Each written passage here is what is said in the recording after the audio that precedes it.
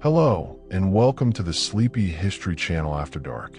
Tonight we're drifting off into the history of the Great Depression and the Dust Bowl, what sparked it, who truly suffered, and how America came out in the end.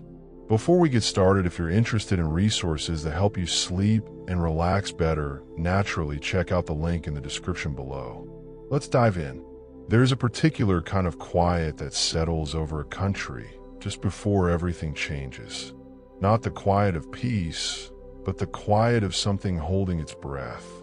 In the late 1920s, America had that feeling, though almost nobody recognized it for what it was. To look at the United States in 1928, you would have seen a country flush with confidence. The cities were loud and bright.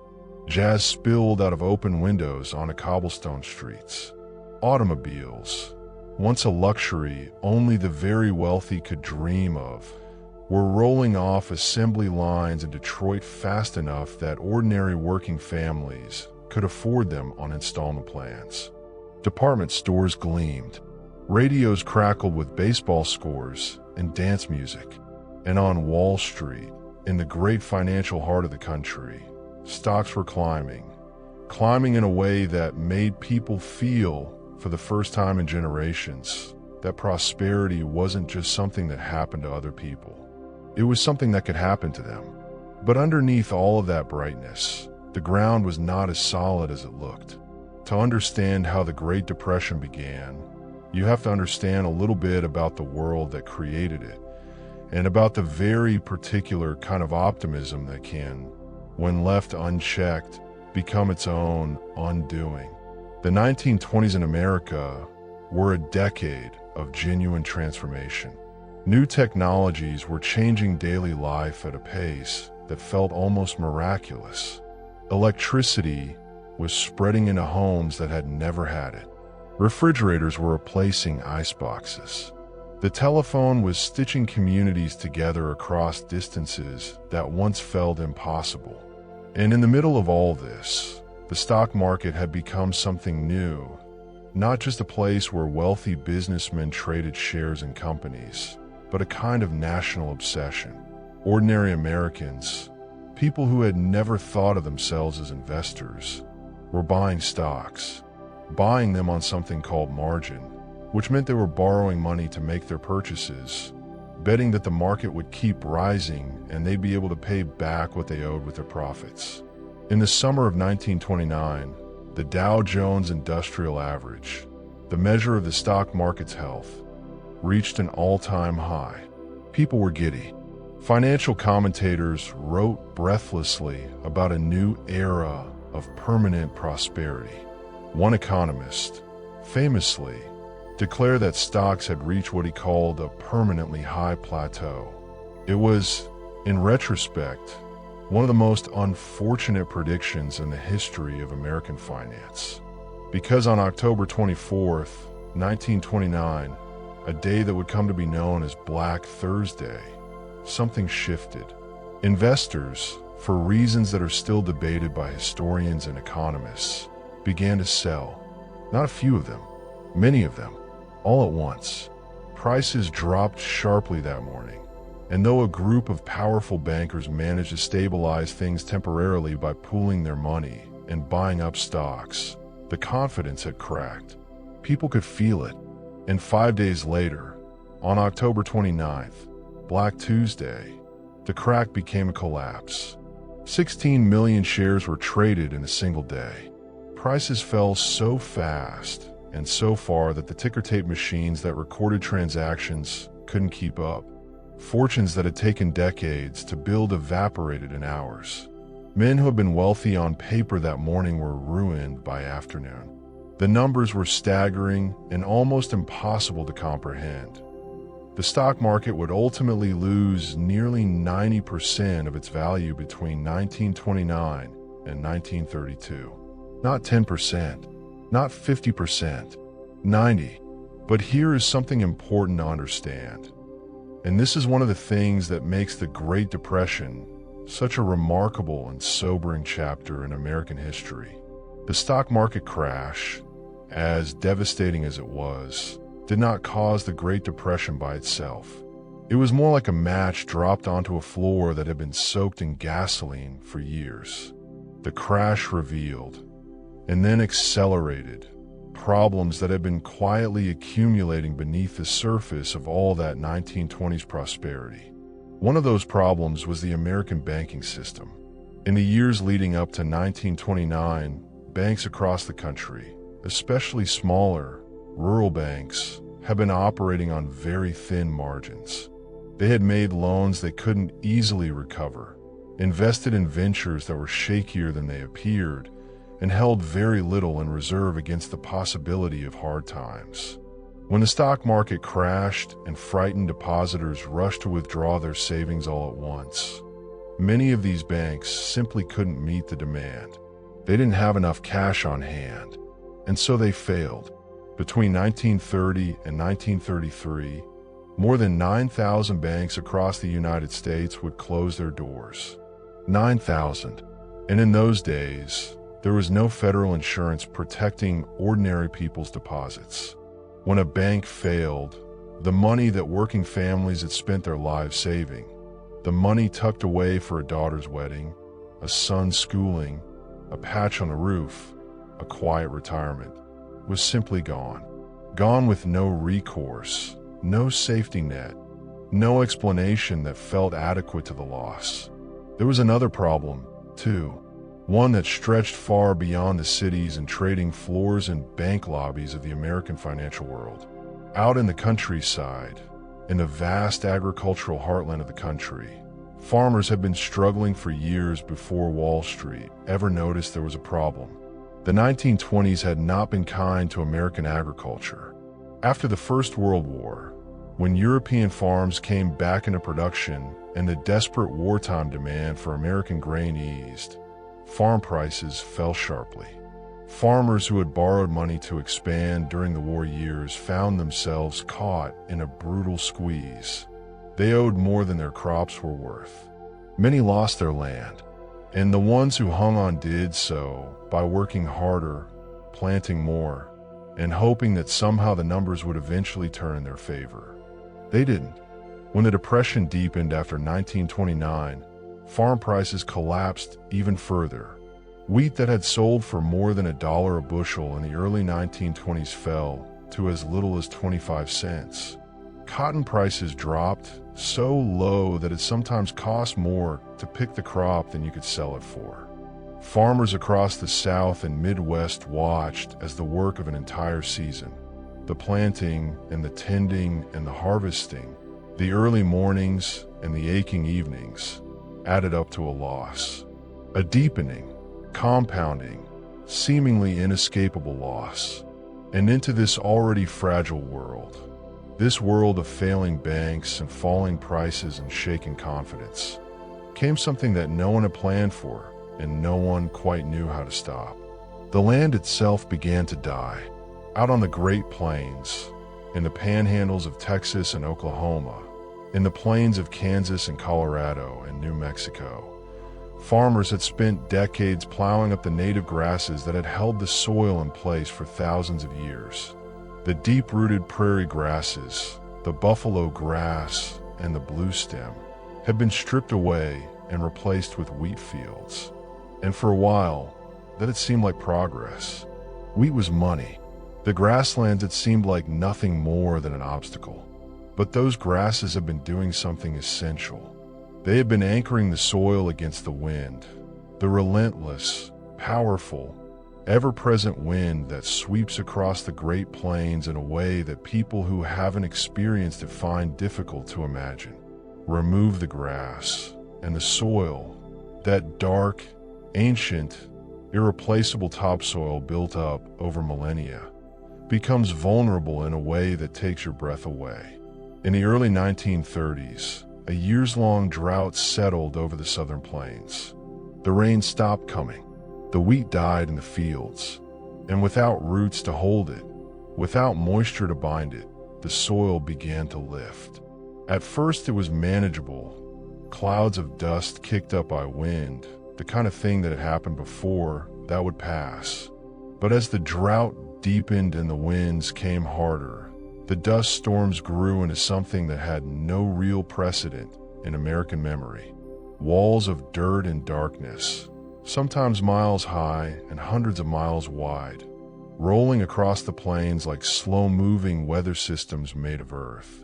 They turned day into night. They buried fence posts and covered porches and worked their way through the cracks around windows and doors and into lungs and food and bed sheets. Families stuffed wet rags under doors. Mothers tied damp cloths over their children's faces. And still the dust came. The region would come to be called the Dust Bowl, a name that barely captures the scale of what happened there. At its worst, in the storms of 1935 and 1936, the dust reached as far east as Washington, D.C. and New York City. Ships 300 miles out to sea in the Atlantic reported a fine, reddish grit settling on their decks. The topsoil of an entire civilization blowing away. For the families living through it, the Dust Bowl was not a statistic or a geographical phenomenon. It was the end of a way of life. People held on as long as they could. They were not, by and large, people who gave up easily. They were the children and grandchildren of homesteaders, of people who had come out to the plains with almost nothing and built farms from the ground up through sheer, stubborn labor. Walking away from the land felt like a defeat that went bone deep. It meant admitting that everything, all the work, all the sacrifice, all the hope that had been poured into that particular piece of earth had come to nothing. But eventually, for hundreds of thousands of families, there was no choice. The crops were gone. The banks were calling in mortgages they could no longer pay. The wells were running dry. The children were getting sick from something the doctors were calling dust pneumonia, an infection of the lungs from breathing air that was thick with fine particulate soil day after day after day. And so they packed what they could carry, a few pieces of furniture, some cooking pots, the family photographs, maybe a trunk of clothes, into whatever vehicle they owned, often old and unreliable and wildly overloaded, and they pointed themselves west, toward California, toward the rumor of work, toward a future that, for all its uncertainty, had to be better than what they were leaving behind. They had no way of knowing, as they drove away from the only homes many of them had ever known, how long the road would be, or how hard, or what kind of country they were driving into, a country also broken and frightened and unsure of itself, a country that would not always welcome them with open arms. But that story is still ahead of us. For now, let the camera linger on what they're leaving.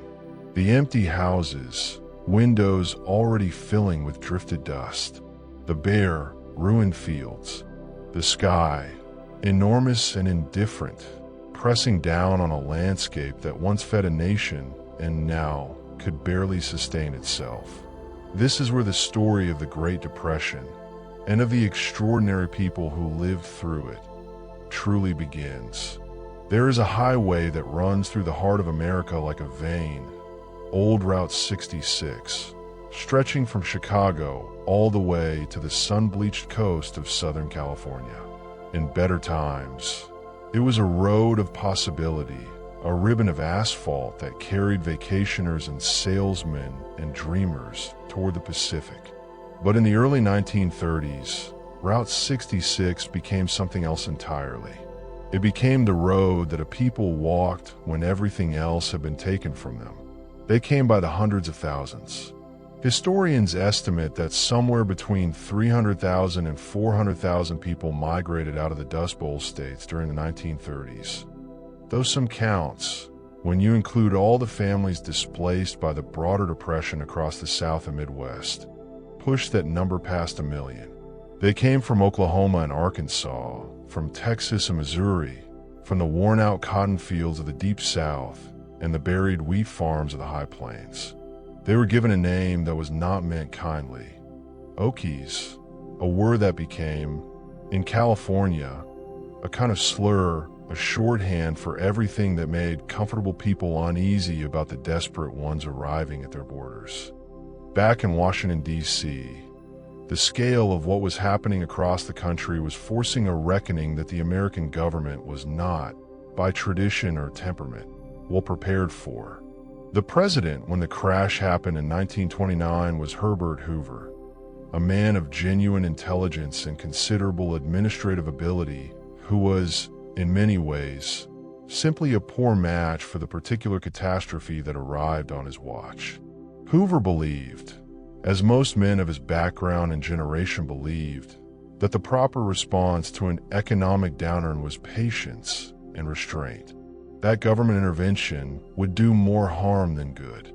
That the economy, if left to correct itself, would eventually right the ship. He was not heartless. He worked hard. He was genuinely distressed by the suffering he saw, and he did authorize some federal relief measures that were unprecedented at the time. But they were not nearly enough. And the language he used, his public insistence that prosperity was just around the corner, while unemployment climbed toward 25%, made him seem, to the people standing in breadlines, disconnected from reality in a way that felt almost insulting. By 1932, the situation had become desperate enough that something called Hoovervilles had sprouted up on the edges of cities across the country. Shantytowns built from scrap wood and tar paper and whatever else could be scavenged, named after the president with a dark, exhausted humor. In Central Park in New York City, on the mud flats along the Sacramento River in California, outside the gates of the nation's capital, men who had been engineers and school teachers and shopkeepers were living in makeshift huts and scrounging for food. The name stuck because it captured something true, a sense that the government, and specifically this president, had failed the people who needed it most. In November of 1932, Franklin Delano Roosevelt was elected President of the United States by one of the largest margins in the country's history. He carried 42 of the 48 states. People who had never voted before stood in lines to cast ballots for him. People wept when the results came in, not because they were certain he could fix things. No one was certain of that. But because he represented the possibility of change. And after 3 years of watching things get worse, possibility felt like something worth weeping over. Roosevelt was not a simple man, and the New Deal he would build was not a simple program. It was improvised and contradictory, and sometimes maddening in its complexity, a collection of agencies and initiatives and relief programs that critics on both the left and the right found reasons to despise. But it was also something that America had never quite seen before, a federal government that accepted, as a basic premise, that it had a responsibility for the welfare of ordinary citizens. That when the market failed, Washington had an obligation to step in, that a man willing to work deserved the chance to work, and a family deserving shelter deserved some help getting it. The first 100 days of Roosevelt's presidency were a burst of legislative activity that remains almost unmatched in American history. Banks were temporarily closed and then reopened under new regulations designed to restore confidence. A federal relief program pumped money directly to states struggling to feed their destitute. The Civilian Conservation Corps put young, unemployed men to work planting trees and building trails in national parks. The Public Works Administration began constructing dams and roads and bridges and public buildings that would still be standing a century later. And the Agricultural Adjustment Act attempted, for the first time, to bring some stability to the catastrophic collapse in farm prices by paying farmers to reduce their production. That last program was controversial in a way that is worth pausing on, because in 1933, the federal government paid farmers to plow under crops and slaughter livestock at a time when millions of Americans were going hungry. 6 million pigs were killed. Crops were plowed under in fields where desperate families lived nearby without enough to eat. The logic was economic. Too much supply was destroying prices, and stabilizing prices would ultimately help everyone. But the image of abundance being deliberately destroyed while people starved produced a kind of moral outrage that never entirely went away. John Steinbeck wrote about it, searingly, in The Grapes of Wrath. The oranges soaked in kerosene so they couldn't be eaten, the potatoes dumped in rivers while children swelled with hunger. The contradiction at the heart of American abundance and American poverty, made visible and unavoidable. The people on the road didn't follow the policy debates in Washington very closely. They were busy trying to survive. Along Route 66, in the little towns that the migrants passed through on their way west, attitudes varied. Some communities opened their arms. Churches set up feeding stations. Local families left water jugs by the road. Gas station attendants sometimes filled a tank, knowing full well the money wasn't there to pay for it. There's a generosity that lives in ordinary people that is easy to forget when you're thinking about history in terms of statistics and legislation. It showed itself quietly and without fanfare all along that highway. But other communities were openly hostile. The state of California set up what were informally called bum blockades at its borders. Checkpoints where officers from the Los Angeles Police Department, operating far outside their legal jurisdiction, turned back migrants who couldn't prove they had money or a job waiting. The checkpoints were eventually deemed unconstitutional and shut down, but not before they had turned away an unknown number of families who simply wanted the right to try. The American right to move freely, to pick up and start over somewhere new, the very impulse that had built the country in the first place, was, for a moment, being questioned at the gates of the state that called itself the Golden One. Those migrants who made it through, who found their way into the labor camps of the Central Valley and the San Joaquin, were finding something other than what they had hoped for, but they were also finding each other. And in finding each other, in the particular crucible of shared suffering and shared dignity that the camps created, something was beginning to stir. They were organizing, talking, comparing wages and conditions, beginning to understand that the powerlessness they felt as individuals might look different if it were pooled. Labor organizers, some of them affiliated with unions, some of them just people who'd had enough, were moving through the camps quietly, talking about what workers in other industries had done when they decided to stop accepting whatever they were offered. It was early yet, fragile. The growers had enormous power and were not shy about using it. Men who organized were sometimes beaten, sometimes arrested on vague charges, sometimes simply blacklisted from the only work available. But the seeds are there. The same stubbornness that had kept these families on their ruined land long past the point of sense, the same refusal to simply disappear quietly, was finding new form. This is what tends to get lost in the telling of the Great Depression as a story of suffering. And suffering, it certainly was suffering on a scale that is genuinely hard to comprehend from this distance. But suffering was not all it was. It was also a story of people who refused to be reduced to their circumstances, who kept their humor and their dignity and their love for each other in conditions specifically designed to grind those things away, who, in the worst years of the worst economic catastrophe in American history, still found reasons to dance on Saturday nights, still told stories to their children, still planted gardens in the corners of migrant camps just to have something growing. Florence Thompson, the woman in Dorothea Lange's photograph, raised all 7 of her children. She lived to be 80 years old. The camps along the road were not the end of the story. They were, in many ways, its most important middle.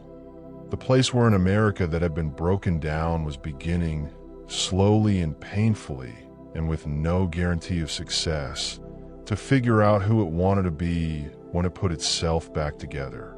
That story is still unfolding in the miles ahead of us. There is something that happens to a person when they have lost almost everything. something that outsiders often misread as defeat, but is actually something closer to a kind of radical clarity. When there is nothing left to protect, nothing left to lose in the ordinary sense, the things that remain take on a different weight. Family, a shared meal, the particular way the light falls on a familiar face, the sound of a child's voice in the dark when the wind is howling outside. The people who lived through the Great Depression understood this in a way that marked them for the rest of their lives. Those who survived it and went on to old age were known, as a group, for certain qualities: a deep discomfort with waste, a habit of saving things that other people threw away, a distrust of debt, a preference for cash kept somewhere close and physical rather than in institutions that had, once before, proven themselves untrustworthy. They were a generation shaped in a specific forge, and you could see the shape it left in them decades later.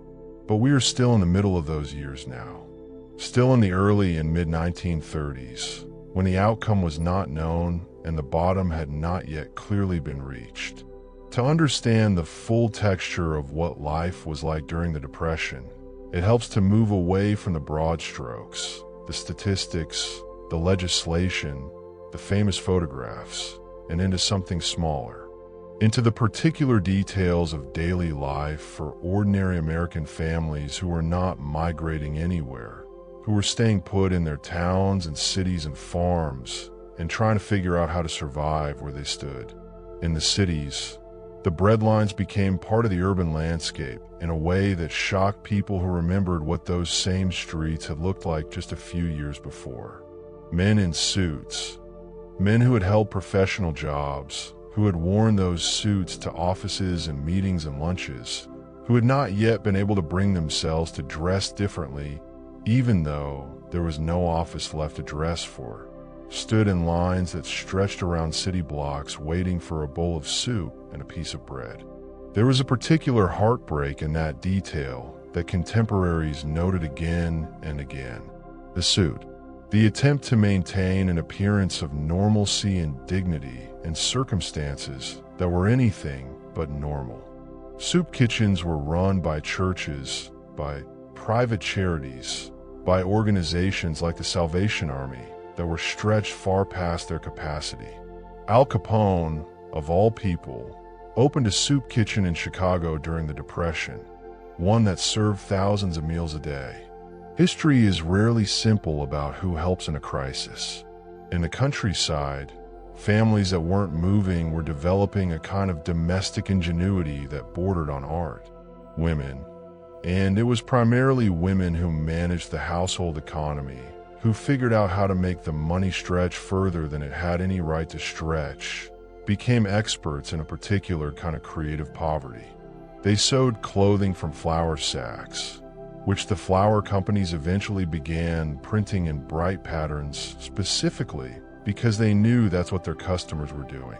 They canned everything that grew in the kitchen garden, filling cellars with rows of jars that represented the difference between eating and not eating come January.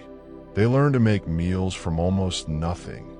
A pot of beans stretched with whatever vegetables were available, cornbread made with lard instead of butter, coffee brewed from roasted grain when the real thing was too expensive. Recipes from the Depression era have a particular character. They are ingenious in the way that constraints produce ingenuity. Dishes with names like Poor Man's Meal and Hoover Stew, the Hoover name attached, again, with that grim humor, made filling food from potatoes and canned tomatoes and whatever scraps were on hand. Nothing was wasted. Fat was saved from cooking to use again. Bread that had gone stale was soaked in milk and egg and fried. Bones were boiled twice. This was not poverty as a temporary inconvenience.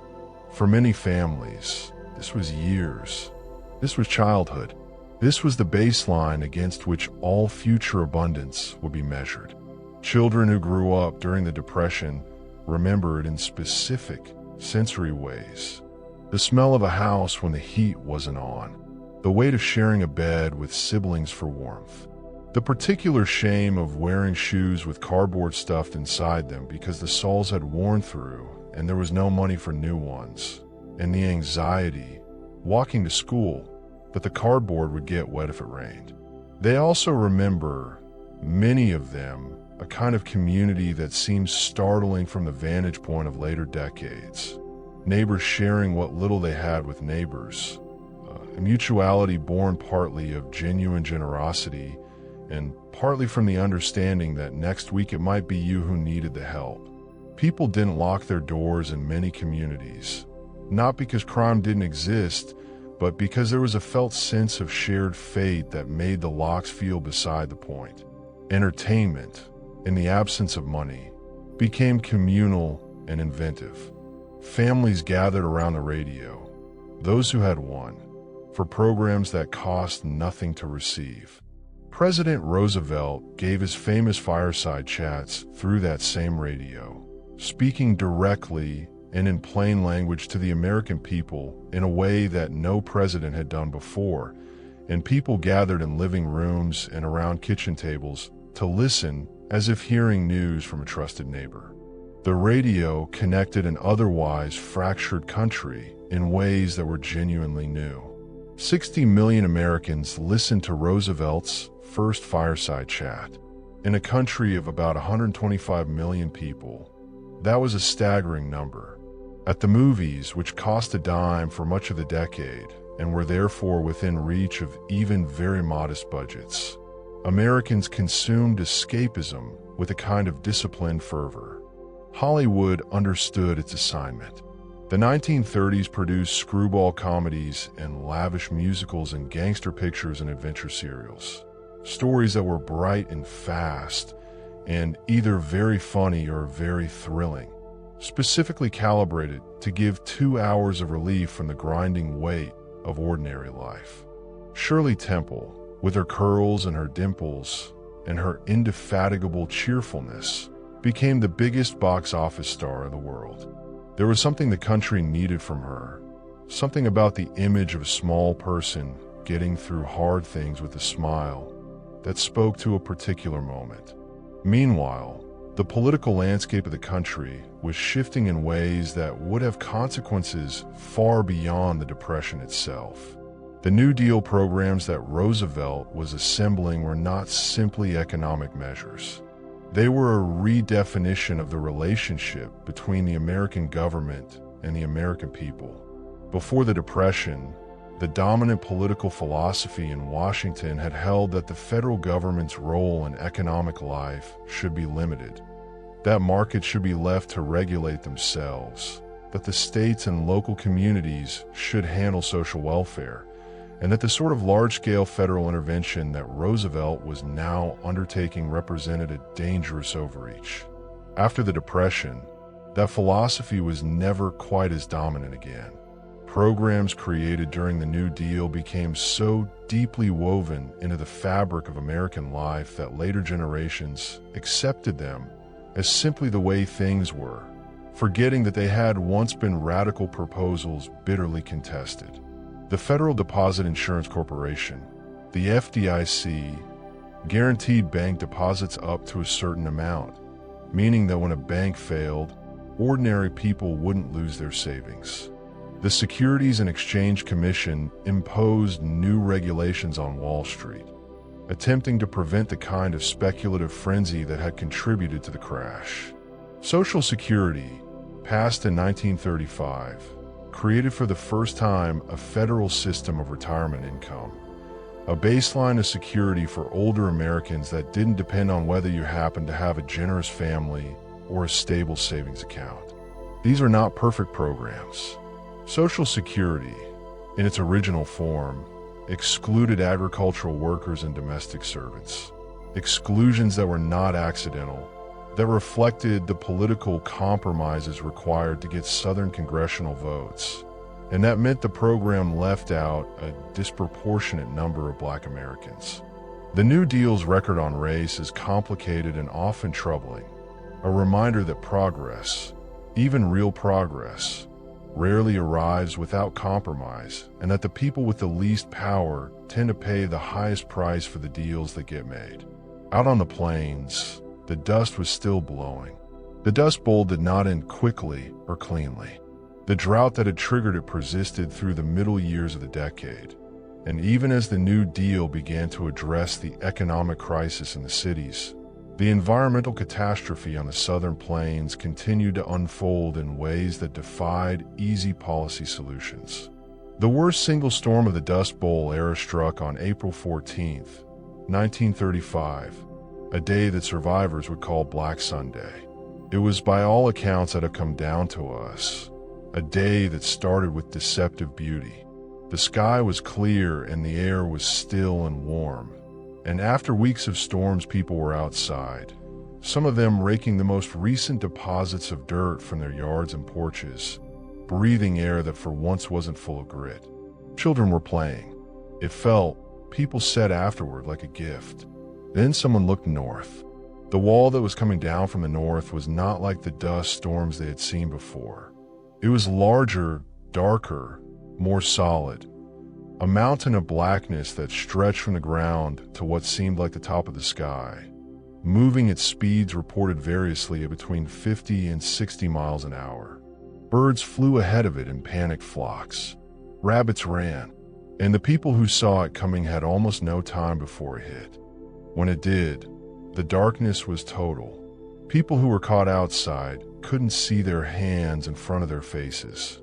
Static electricity crackled through the air, making metal fence posts spark, causing the filaments in car radios to burn out, producing a physical sensation on the skin like something living and hostile. People who were caught in the open lay flat on the ground and tried to breathe through cloth. People in houses felt their way room to room by touch. The storm lasted for hours. When it was over, the damage was beyond reckoning in the usual ways. Livestock were found dead, their lungs packed with dirt. Cars were buried to their rooflines in drifts of soil. A reporter named Robert Geiger, who was covering the storm for an Associated Press wire service, used the phrase Dust Bowl in his dispatch that day, and the name, capturing something essential about the geography of destruction, stuck. The federal government's response to the Dust Bowl went beyond the economic relief programs of the New Deal. Scientists and conservationists who had watched the catastrophe unfold understood that something more fundamental needed to change, that the agricultural practices that had stripped the native grasses from the plains were the root cause of the disaster, and that the solution had to involve changing the way the land was farmed. The Soil Conservation Service, established in 1935, sent experts out to work with farmers on techniques that could hold the soil in place. Contour-plowing, plowing across slopes rather than up and down them, reduced erosion dramatically. Farmers were paid to plant shelter belts of trees, long rows of them running perpendicular to the prevailing winds, to break the force of the gusts that carried the soil away. Cover crops, planted specifically to hold the ground between harvests, began to replace the bare fallow fields that had made the catastrophe possible. These measures worked slowly, imperfectly, and over years rather than seasons. The land did not heal quickly. Topsoil that had taken thousands of years to form did not return in a decade. But the practices changed, and the change mattered. And the southern plains that exist today, still windswept, still demanding, still capable of producing a drought, are farmed differently because of what was learned in the worst years of the 1930s. For the families that had already left, the ones on Route 66, the ones in the labor camps of California, the ones who had made the decision that the land they loved was no longer capable of sustaining them, the news of government conservation programs and agricultural reform was distant and abstract. Their relationship to that land was already in the past tense. What they were dealing with was the present, immediate, physical problem of survival in a place that hadn't asked for them and wasn't sure what to do with them now that they were there. The hostility that migrant workers faced in California had many sources, but one of the most significant was economic competition. California had its own population of unemployed workers, its own families struggling to find work, its own men standing at labor exchanges hoping their number would come up. The arrival of hundreds of thousands of desperate migrants from the Plain States was not welcome news to people who were already competing for too few jobs. Resentment was not irrational. It was, in its way, the same fear and the same arithmetic of scarcity playing out at a different scale. But resentment, when it settles into a community, has a way of becoming something more than rational economic anxiety. It becomes contempt. It becomes the decision to see the people you're in competition with as somehow different from you, as less deserving, as foreign, as carrying some quality that marks them as legitimately outside the circle of people you're obligated to treat with ordinary human consideration. The Okies, as they were called, were white Americans, English-speaking, Christian, deeply patriotic in the way of people who had farmed American land for generations. And still they were treated, in many parts of California, as though they were something lesser, as though poverty were a character defect rather than a circumstance.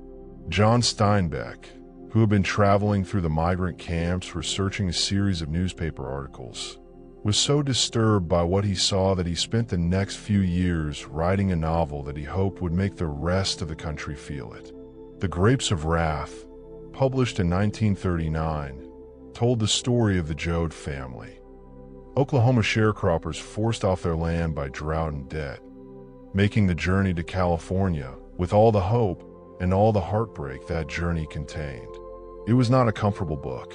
Steinbeck was angry when he wrote it, and the anger is on every page, directed at the growers and the banks and the comfortable people who looked away, and also, more quietly, at a system that had allowed things to come to this point. The book was immediately controversial. It was banned in some California counties. Growers called it communist propaganda and a slander against the state. Oklahoma's governor called it a dirty, lying, filthy manuscript. Libraries pulled it from shelves, and it sold hundreds of thousands of copies and won the Pulitzer Prize and was translated into languages that had never heard of the Dust Bowl and was read by people all over the world who recognized in the Joad something true about what happens to ordinary people when systems fail them. It was, and remains, one of the most important American novels ever written. Not because it is politically comfortable, it isn't, but because it insists on every page that the people it is writing about are fully human, that their suffering matters, that the reader is not permitted to look away. By the late 1930s, the worst of the Depression was beginning, very gradually, unevenly, with many setbacks along the way, to loosen its grip. The New Deal programs had not ended the Depression. Economists still debate whether they shortened it, or how much, or whether different policies would have worked faster. What is less debatable is that they changed what it felt like to live through it. They provided relief, immediate, physical relief in the form of food and shelter and wages for work, to millions of people who would otherwise have had nothing. They created institutions and regulations that would shape the American economy for generations.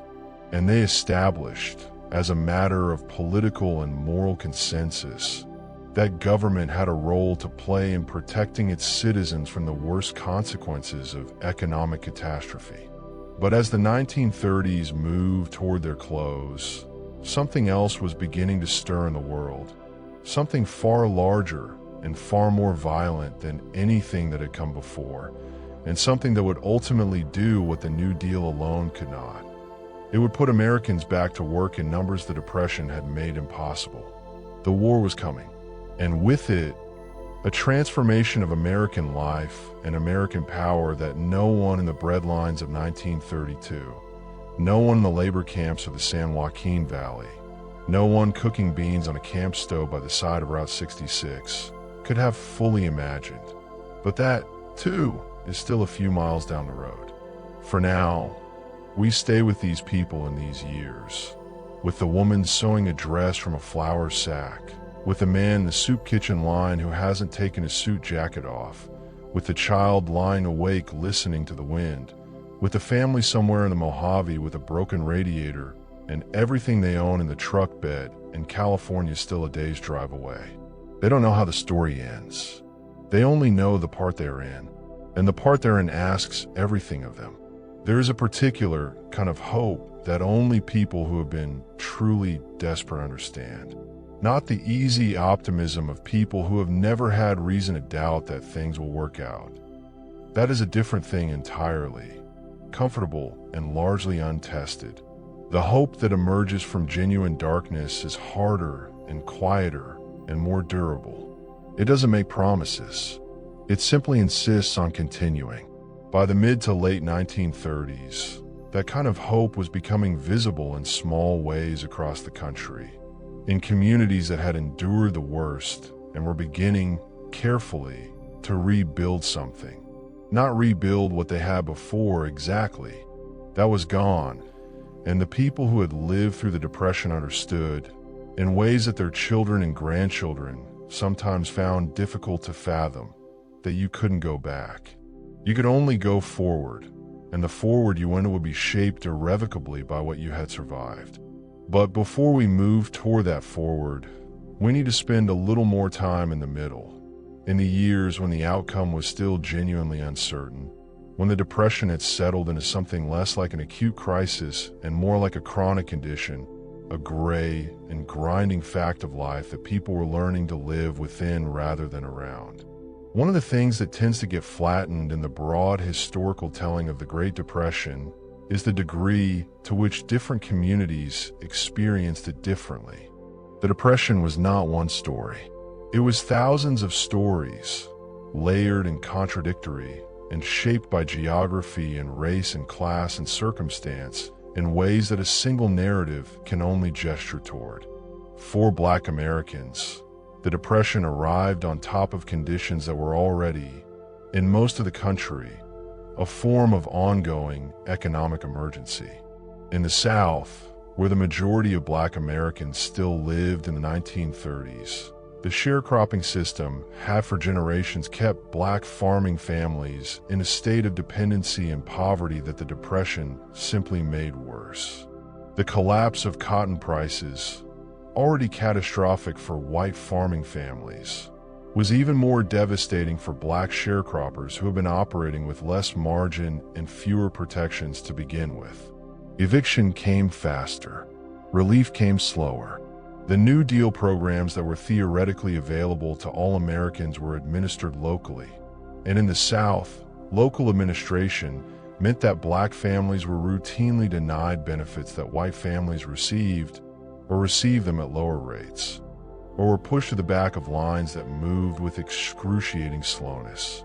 In the cities, Black workers, who had been among the last hired in the prosperity of the 1920s, were among the very first fired when the crash came. A bitter phrase circulated in Black communities during those years: last hired, first fired. It was not a metaphor. It was an accurate description of the economics of racial discrimination applied to a collapsing job market. And as white workers, newly desperate, began competing for jobs that had previously been considered beneath them, Black workers found themselves pushed out of even the low-wage, low-status work that had been their foothold in the urban economy. In Harlem, in Chicago's South Side, in the Black communities of Detroit and Philadelphia and Baltimore, the Depression created conditions of concentrated poverty that were distinct from anything happening in white neighborhoods nearby. Unemployment rates in Black urban communities ran significantly higher than the national averages. In some cities, approaching 50% or more at the worst moments. Charitable organizations that distributed relief sometimes had explicit policies of serving white clients first. The breadlines had their own hierarchies, and yet, And this is something that requires equal attention. These same communities produced, during these same years, some of the most remarkable cultural and intellectual life in American history. The Harlem Renaissance, that extraordinary flowering of black art and literature and music that had begun in the 1920s, did not simply collapse with the economy. It changed, deepened, became more politically urgent. Writers like Langston Hughes and Zora Neale Hurston were working through the Depression years, producing work that documented and celebrated and interrogated black life in America with a seriousness and a beauty that the mainstream culture largely ignored at the time and would spend the following decades catching up to. Jazz was evolving, moving from the bright, dancing energy of the early 20s into something more complex and emotionally searching. Billie Holiday recorded Strange Fruit in 1939, a song about lynching that was so disturbing that her regular label refused to release it. It became one of the most important recordings in American musical history. That it emerged from those particular years, from that particular combination of suffering and artistic seriousness, is not coincidental. For Native American communities, the Depression intersected with a different set of ongoing catastrophes. The legacy of land seizures, forced relocations, and federal policies that had spent the previous century systematically dismantling tribal economies and cultures. The Dust Bowl, in a grim historical irony, was partly unfolding on land that had been taken from Plains tribes specifically because it was believed to be agriculturally productive. The farming practices that stripped the native grasses, practices imposed by a system that had replaced the buffalo economy with wheat farming, had created the very environmental disaster that was now destroying the farmers who had replaced the original inhabitants. The Indian Reorganization Act of 1934 represented a significant shift in federal policy toward Native communities, moving away from the forced assimilation and land allotment policies of the previous decades toward a recognition of tribal sovereignty and self-governance.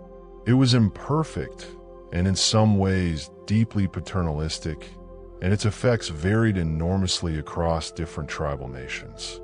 But it marked a turning point in the relationship between the federal government and indigenous peoples that, while far from resolving generations of harm, at least stopped some of the most aggressive policies of destruction.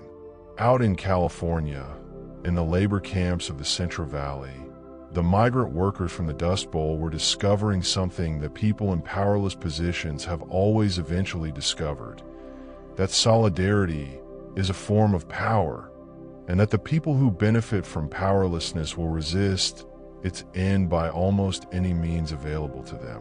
The labor organizing that had begun quietly in the camps was growing louder. Cotton pickers went on strike in 1933, in one of the largest agricultural strikes in California history. More than 18,000 workers walking out of the fields in the San Joaquin Valley, demanding wages that would actually allow them to survive. The growers responded with a combination of tactics that included evictions from company housing, the use of armed guards, arrests, and the active cooperation of local law enforcement in suppressing the strike. Some strikers were beaten. Strike leaders were charged with criminal syndicalism, a vague and flexible legal charge that had been used against labor organizers for decades. The strike was ultimately settled for a partial wage increase that satisfied almost no one.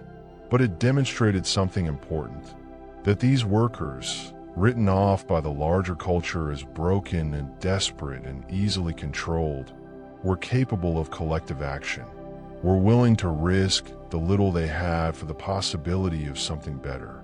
The tradition of agricultural labor organizing that would eventually produce Cesar Chavez and the United Farm Workers decades later was being seeded, in part, in those Depression-era camps. In Washington, the New Deal was entering its second phase, broader, more ambitious, and more explicitly concerned with the structural inequalities that the Depression had exposed rather than simply the immediate emergency of relief. The Works Progress Administration, established in 1935, was the largest and in many ways the most remarkable of all the New Deal programs. At its peak, it employed more than 3 million Americans, not in make-war projects designed simply to put money in people's pockets, but in genuine, substantial labor that produced things the country would use and value. WPA workers built or improved 650,000 miles of roads. They constructed over 100,000 public buildings. They built bridges and airports and schools and sewage treatment plants. They planted 1 billion trees. The physical infrastructure of mid-century America bears the WPA's fingerprints almost everywhere you look, if you know what you're looking at. But the WPA also did something that no federal program had done before, and that seemed, to some of its critics, almost impossibly extravagant given the circumstances. It employed artists, writers, painters, photographers, theater directors, musicians, people whose work was as real as a road, but whose contribution to a nation's life is harder to quantify and therefore easier to dismiss when money is short. The Federal Art Project sent painters into post offices and courthouses and public buildings across the country to create murals. Large, vivid, democratic murals that depicted American life and American history and American labor in a style that was accessible and proud and unapologetically public.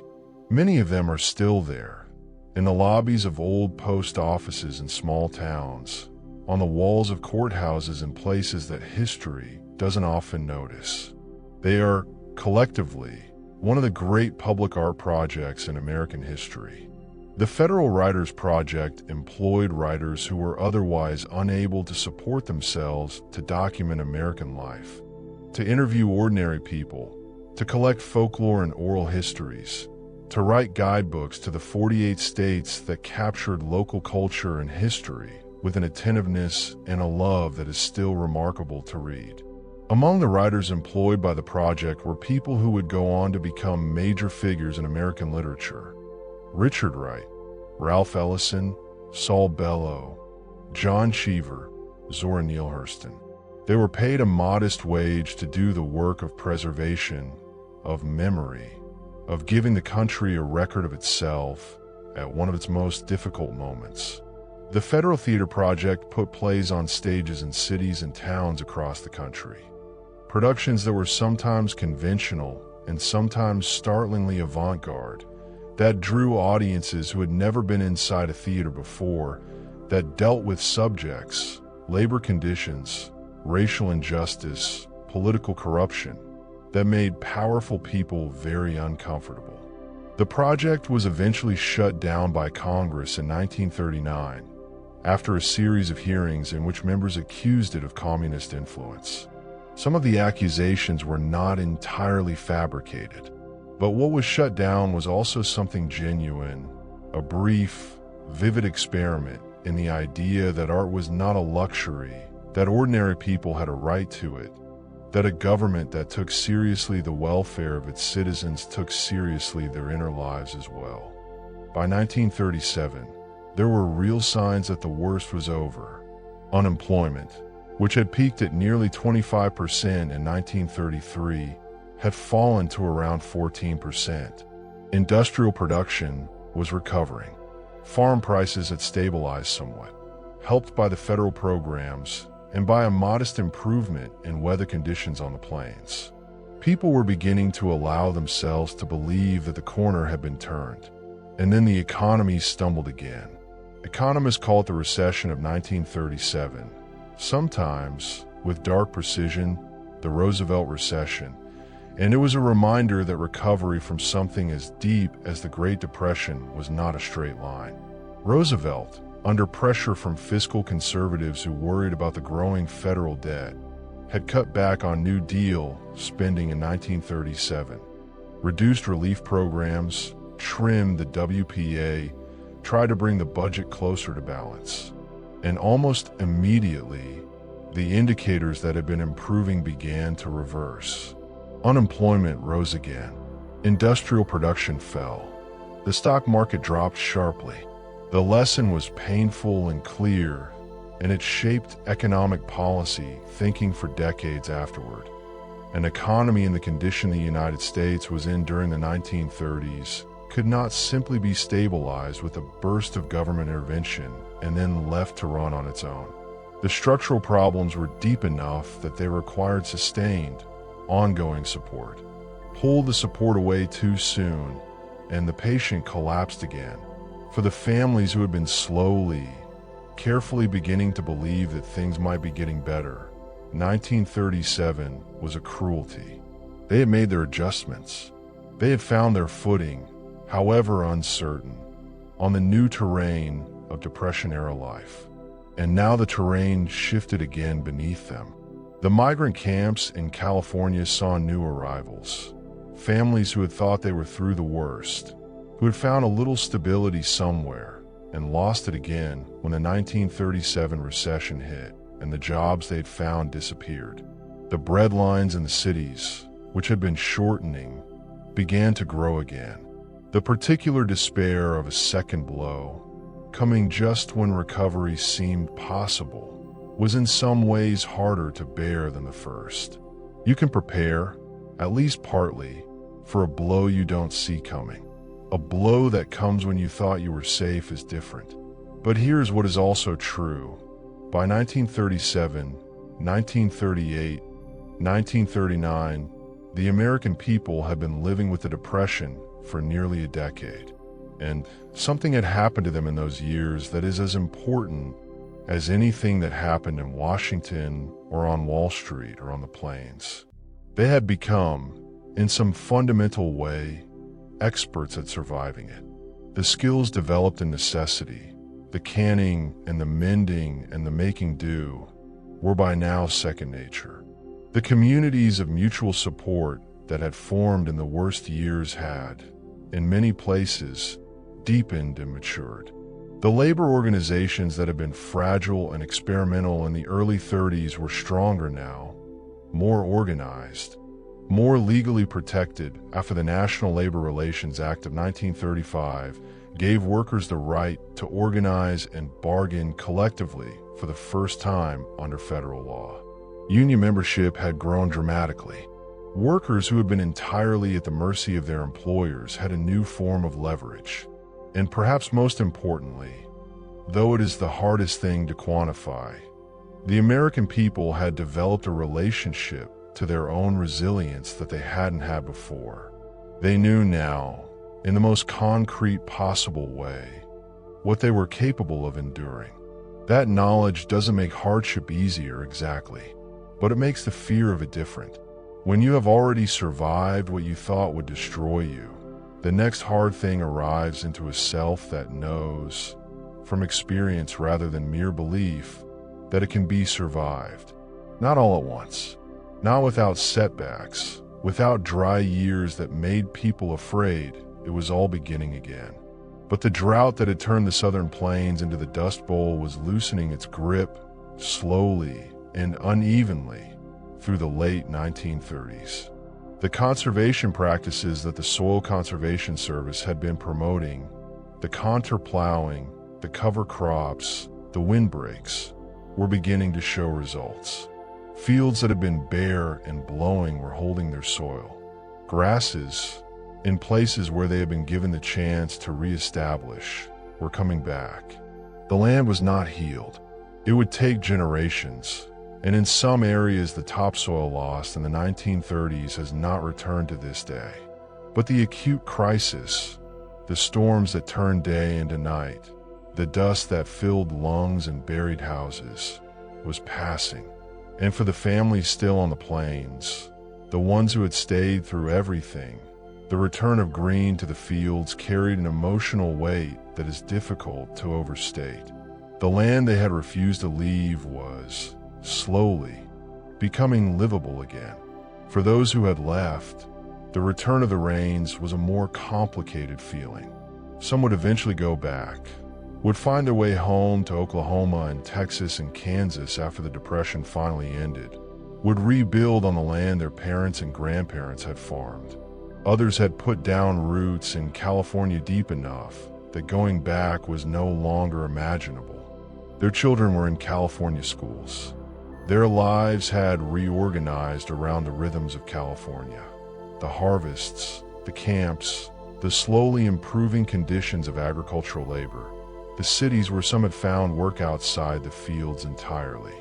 They became Californians, eventually.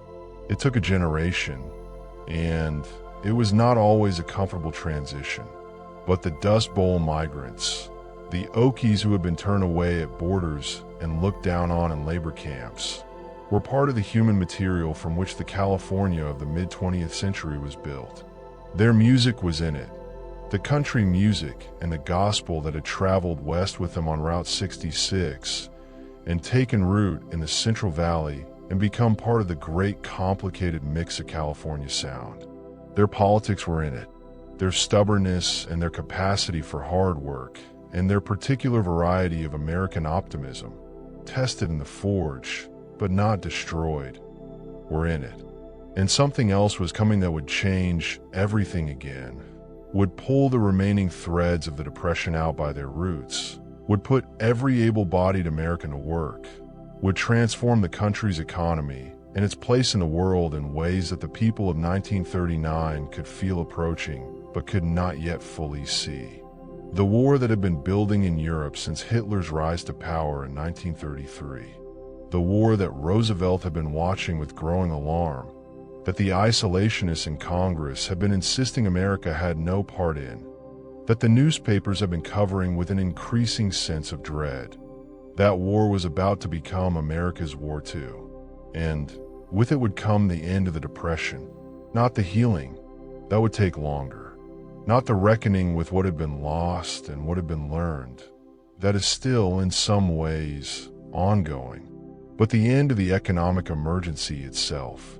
The empty factories would fill. The idle hands would find work. The breadlines would shorten and then disappear. And America would emerge from the cauldron of the 1930s into the cauldron of the 1940s. Different, marked, carrying everything it had learned about its own depths and its own capacity for endurance. The people who had stood in the soup kitchen lines and sewn dresses from flour sacks and driven broken trucks across the Mojave Desert and organized in the labor camps and kept their families alive through a decade that had no business being survived. Those people would build the arsenal of democracy, would fill the factories and the shipyards and the munitions plants, would do, once again, what they had already proven they knew how to do, whatever was necessary. They were ready. They had been made ready by everything that had come before. There is a moment in the life of a nation, as in the life of a person, when everything that came before suddenly reveals itself as preparation. When the suffering that seemed merely cruel turns out to have been, in some way that couldn't be seen from inside it, a kind of education. The American people who emerged from the 1930s were not the same people who had entered them. They were harder in some ways and softer in others. They had learned things about themselves, about their capacity for endurance, about the importance of community, about the fragility of prosperity and the stubbornness of the human spirit that would define them for the rest of their lives and shape the country they would build in the decades that followed. But in the last years of the 1930s, they were still in the middle of it, still navigating the long, uneven, frequently discouraging process of recovery, still waking up every morning into a world that asked more of them than felt entirely fair. And somewhere across the ocean, a different kind of catastrophe was assembling itself. To understand how the Second World War ended the Great Depression, you have to understand something about the nature of the Depression that the New Deal, for all its ambition and genuine achievement, had never quite solved. The New Deal had provided relief, food, wages, shelter, the basic architecture of survival, to millions of Americans who would otherwise have had nothing. It had reformed the financial system in ways that made future catastrophes less likely. It had built infrastructure and created institutions that would serve the country for generations. What it had not done, and what its critics on both the left and the right had been pointing out for years, was fully restore the level of economic activity, the employment, the production, the spending and investment that would constitute genuine recovery rather than managed decline. In 1939, unemployment in the United States was still hovering around 17%. 17%. After 6 years of the most ambitious program of federal intervention in American history, nearly 1 in 5 American workers was still without a job. The patient was stable. The patient was not well. What the economy needed, and what the New Deal had never been politically able to provide at sufficient scale, was a massive injection of government spending large enough and sustained enough to fill the enormous gap between what the economy was producing and what it was capable of producing. The New Deal programs had been large by the standards of what had come before. They were not large enough. Every time Roosevelt had tried to significantly expand spending, he had run into a wall of political opposition from fiscal conservatives who saw the growing federal debt as a danger greater than unemployment. And every time he had pulled back spending in deference to those concerns, as he had in 1937, the economy had stumbled. The war solved this political problem in the most brutal way imaginable. Because a nation at war does not debate whether it can afford to spend what victory requires. It spends. It spends at levels that would have been politically unthinkable in peacetime, and it does so with an urgency and a consensus that the Depression, for all its horrors, had never quite been able to generate. On September 1st, 1939, Germany invaded Poland. 2 days later, Britain and France declared war on Germany. The Second World War had begun in Europe, and America, officially neutral and deeply reluctant to repeat the experience of the First World War, watched from across the Atlantic with a mixture of horror and relief that it was, for now, someone else's crisis. But the economy was already beginning to feel the distant tremors of what was happening overseas. Britain and France needed supplies.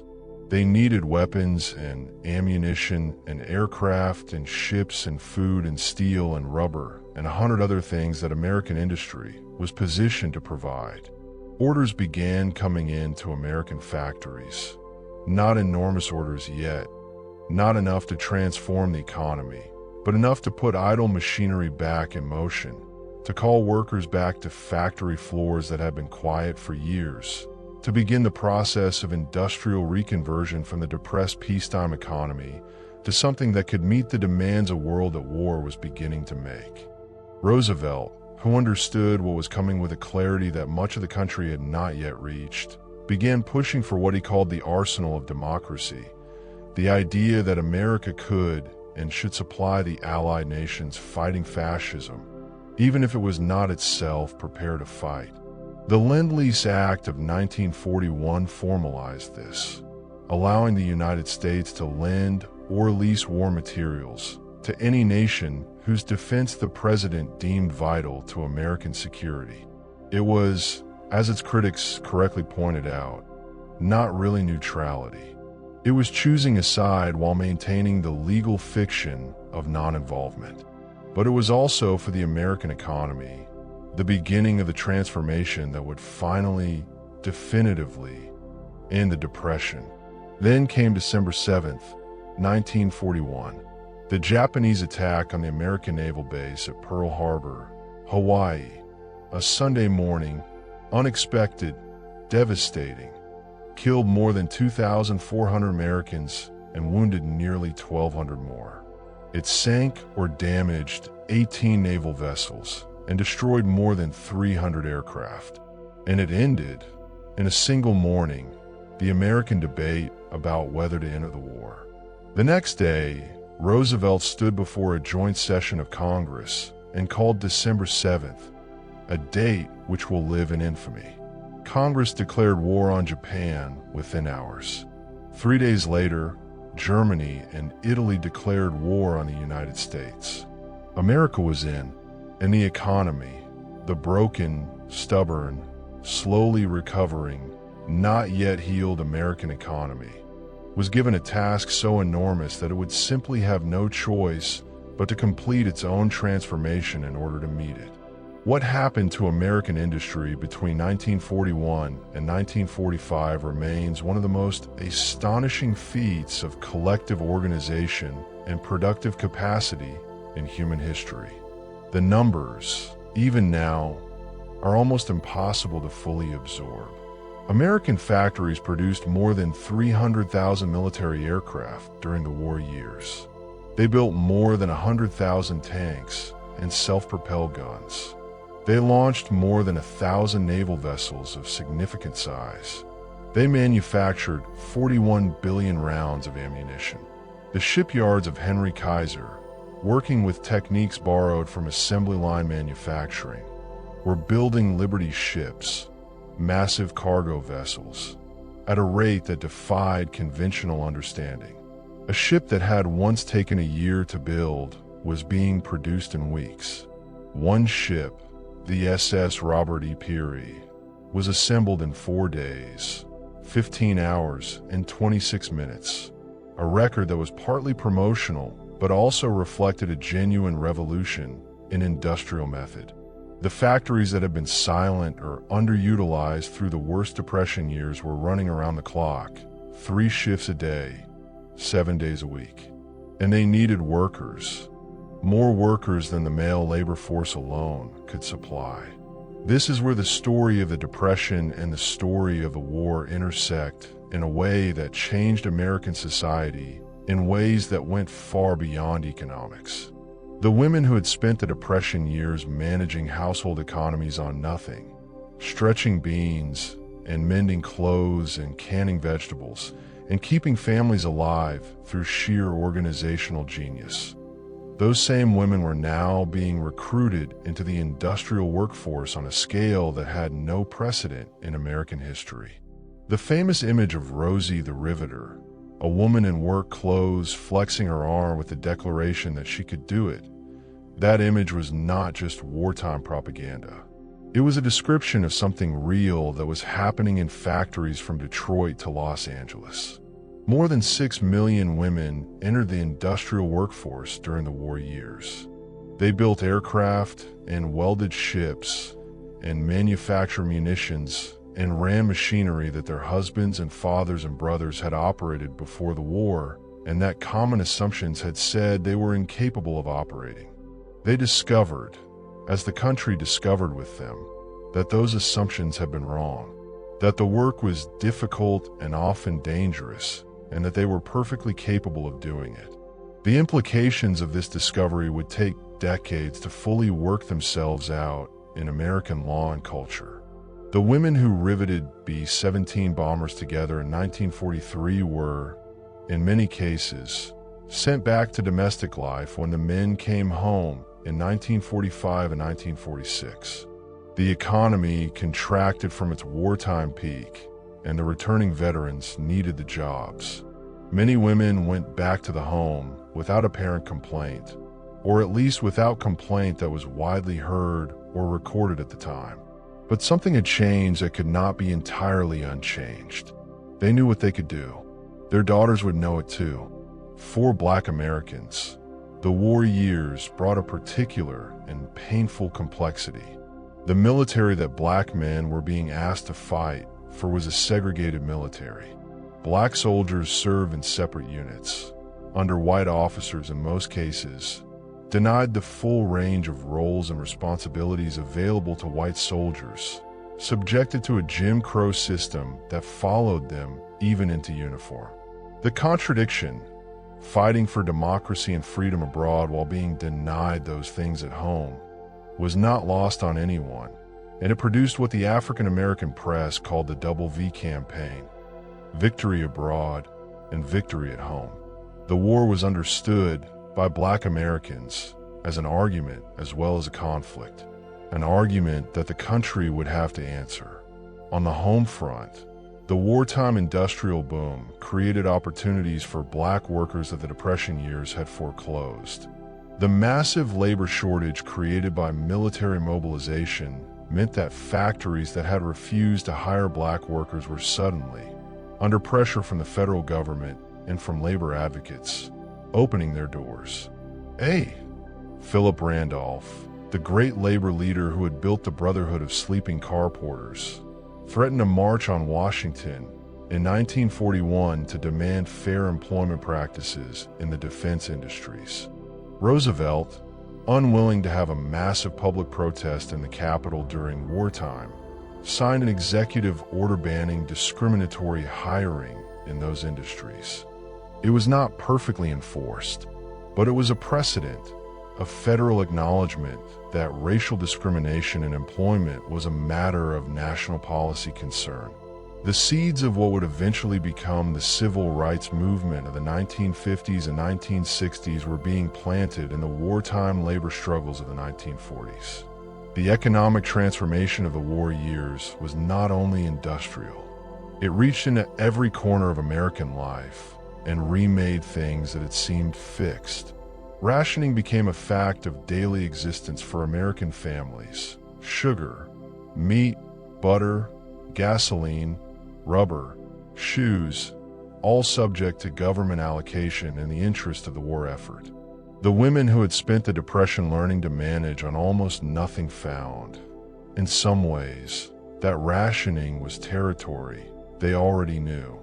The ingenuity that had been born of necessity in the 1930s was now a civic virtue, officially celebrated and nationally organized. Victory gardens sprouted in backyards and vacant lots across the country. Private vegetable plots that supplemented rationed food supplies, and that by some estimates were producing, at their peak, 40% of all the vegetables consumed in the United States. The image of American families growing their own food, which would have read as Depression-era poverty in 1935, read in 1943 as patriotic contribution. The same act, entirely reframed by circumstance and national narrative.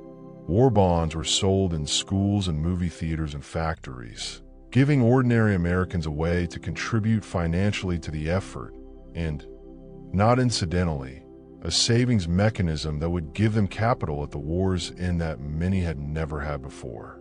The people who bought war bonds with their factory wages in 1943 and 1944 cashed them in after 1945 to buy houses and cars and refrigerators and to send their children to college. The savings accumulated during the war years were part of the foundation of the post-war prosperity. The economic boom of the late 1940s and 1950s that would seem, to anyone who had lived through the 1930s, almost inconceivably abundant. On the plains of Oklahoma and Texas and Kansas, the transformation was also underway, though it arrived from a different direction. The mechanization of agriculture, which had been accelerating since before the Depression, and which had itself contributed to the displacement of farm labor that sent the Okies west, continued during the war years and accelerated further afterward. Tractors replaced horses and mules. Combine harvesters replaced crews of men.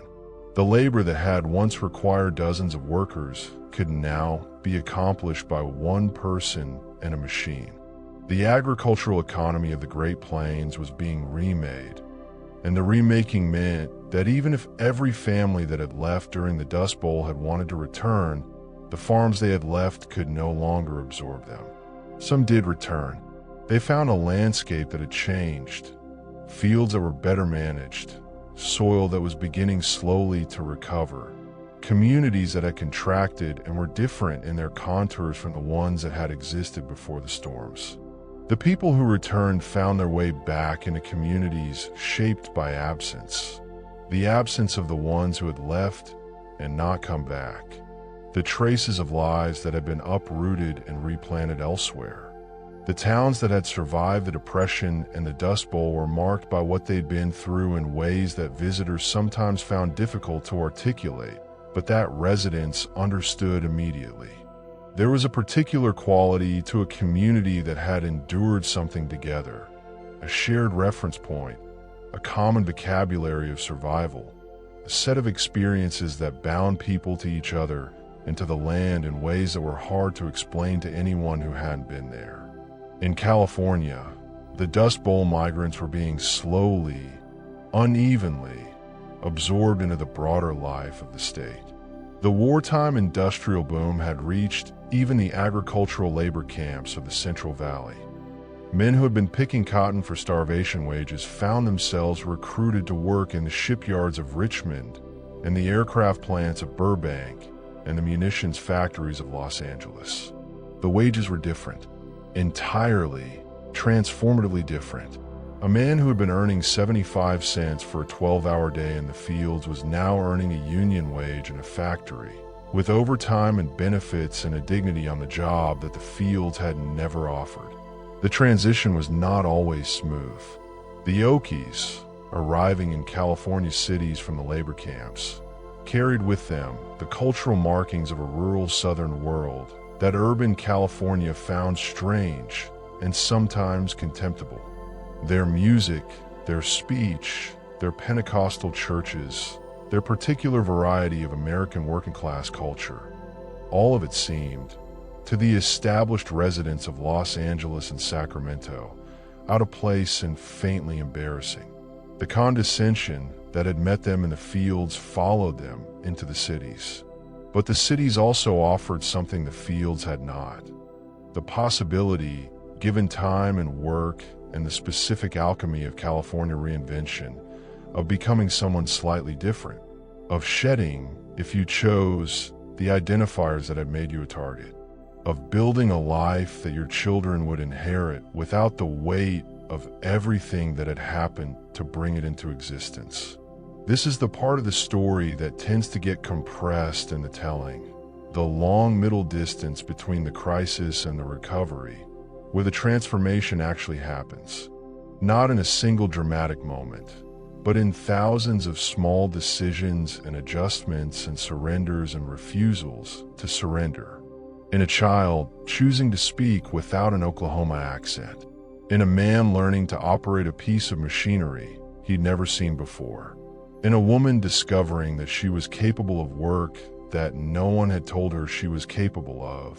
In a family buying, for the first time, a house, a real house on a real lot, with their name on the deed, and standing in the empty rooms feeling something so new and so large that they didn't quite have words for it yet. The people who survived the Depression and the Dust Bowl and made it through to the other side did not emerge unchanged. No one could have.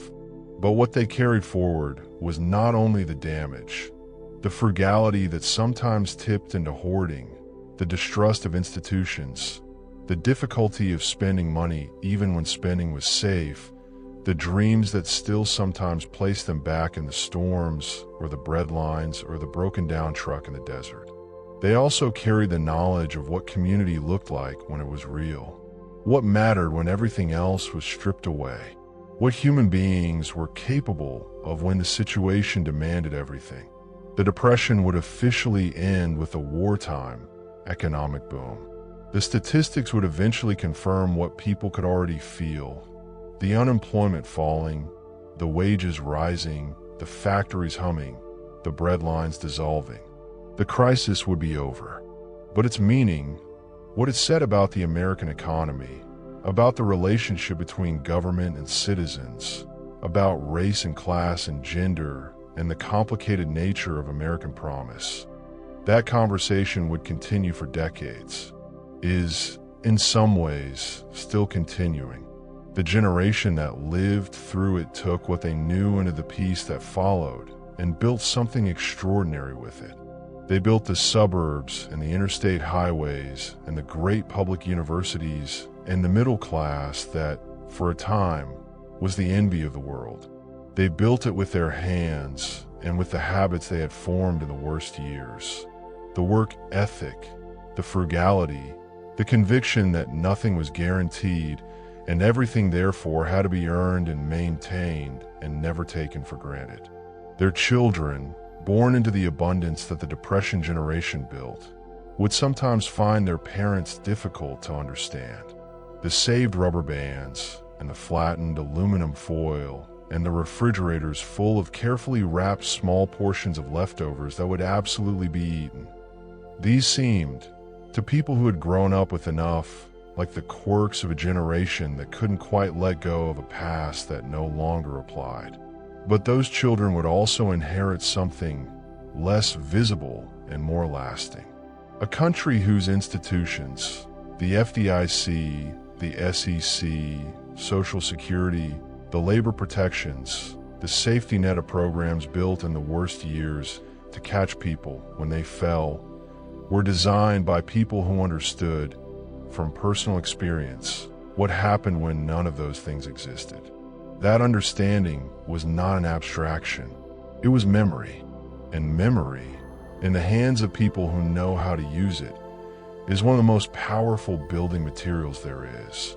Every story needs a place where it pauses and looks back, not to sentimentalize what happened, not to pretend that suffering was secretly a gift, but to try to see the full shape of things from a vantage point that the people living through them never had.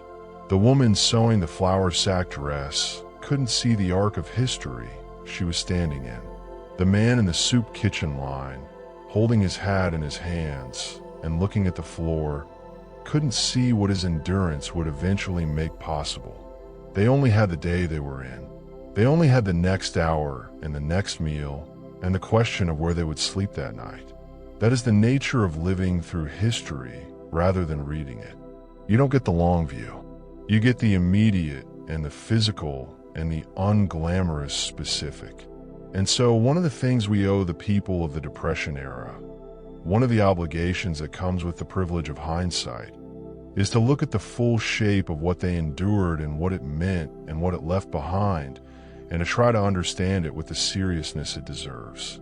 The Great Depression lasted, by most historical reckoning, from the crash of October 1929 to the full economic mobilization of the early 1940s. Roughly a decade of economic catastrophe that touched virtually every American life in one way or another. At its worst, between 1932 and 1933, unemployment reached nearly 25%. 1 in 4 American workers had no job. And that number, staggering as it is, undercounts the true scale of hardship. Because for every person officially counted as unemployed, there were others who had given up looking, others who were working part-time when they needed full-time work, others who were technically employed, but at wages so reduced that the employment was barely distinguishable from destitution. The total economic output of the United States, the gross domestic product, the measure of everything the country produces, fell by nearly 30% between 1929 and 1933. 30%. A collapse of that magnitude, sustained over that many years, is not simply a number. It is a description of a civilization operating at a catastrophically reduced level of function. It is food not grown, houses not built, children not educated, illnesses not treated, possibilities not pursued, lives not fully lived. And yet, and this is the paradox at the heart of the Depression story, the decade also produced some of the most significant institutional changes in American history. Changes that, for all their imperfections and compromises, fundamentally altered the relationship between ordinary citizens and their government in ways that endured long after the crisis that created them had passed. The New Deal, in its totality, was something genuinely new in American political life. Not new in the sense of having no precedents or influences. Roosevelt and his advisors drew on ideas and experiments from many sources, including progressive reforms of the early 20th century, European social democratic models, and the practical improvisations of state and local governments that had been trying to manage the crisis before the federal government fully engaged, but new in the sense that it represented a decisive break with the dominant political philosophy that had governed American economic life since the Civil War. The idea that the federal government was responsible, directly, actively, fundamentally responsible for the economic well-being of its citizens was not, before the Depression, an accepted part of American political consensus. After the Depression, it was. This shift had consequences that played out over the following decades in ways that were sometimes liberating and sometimes contentious and always complicated.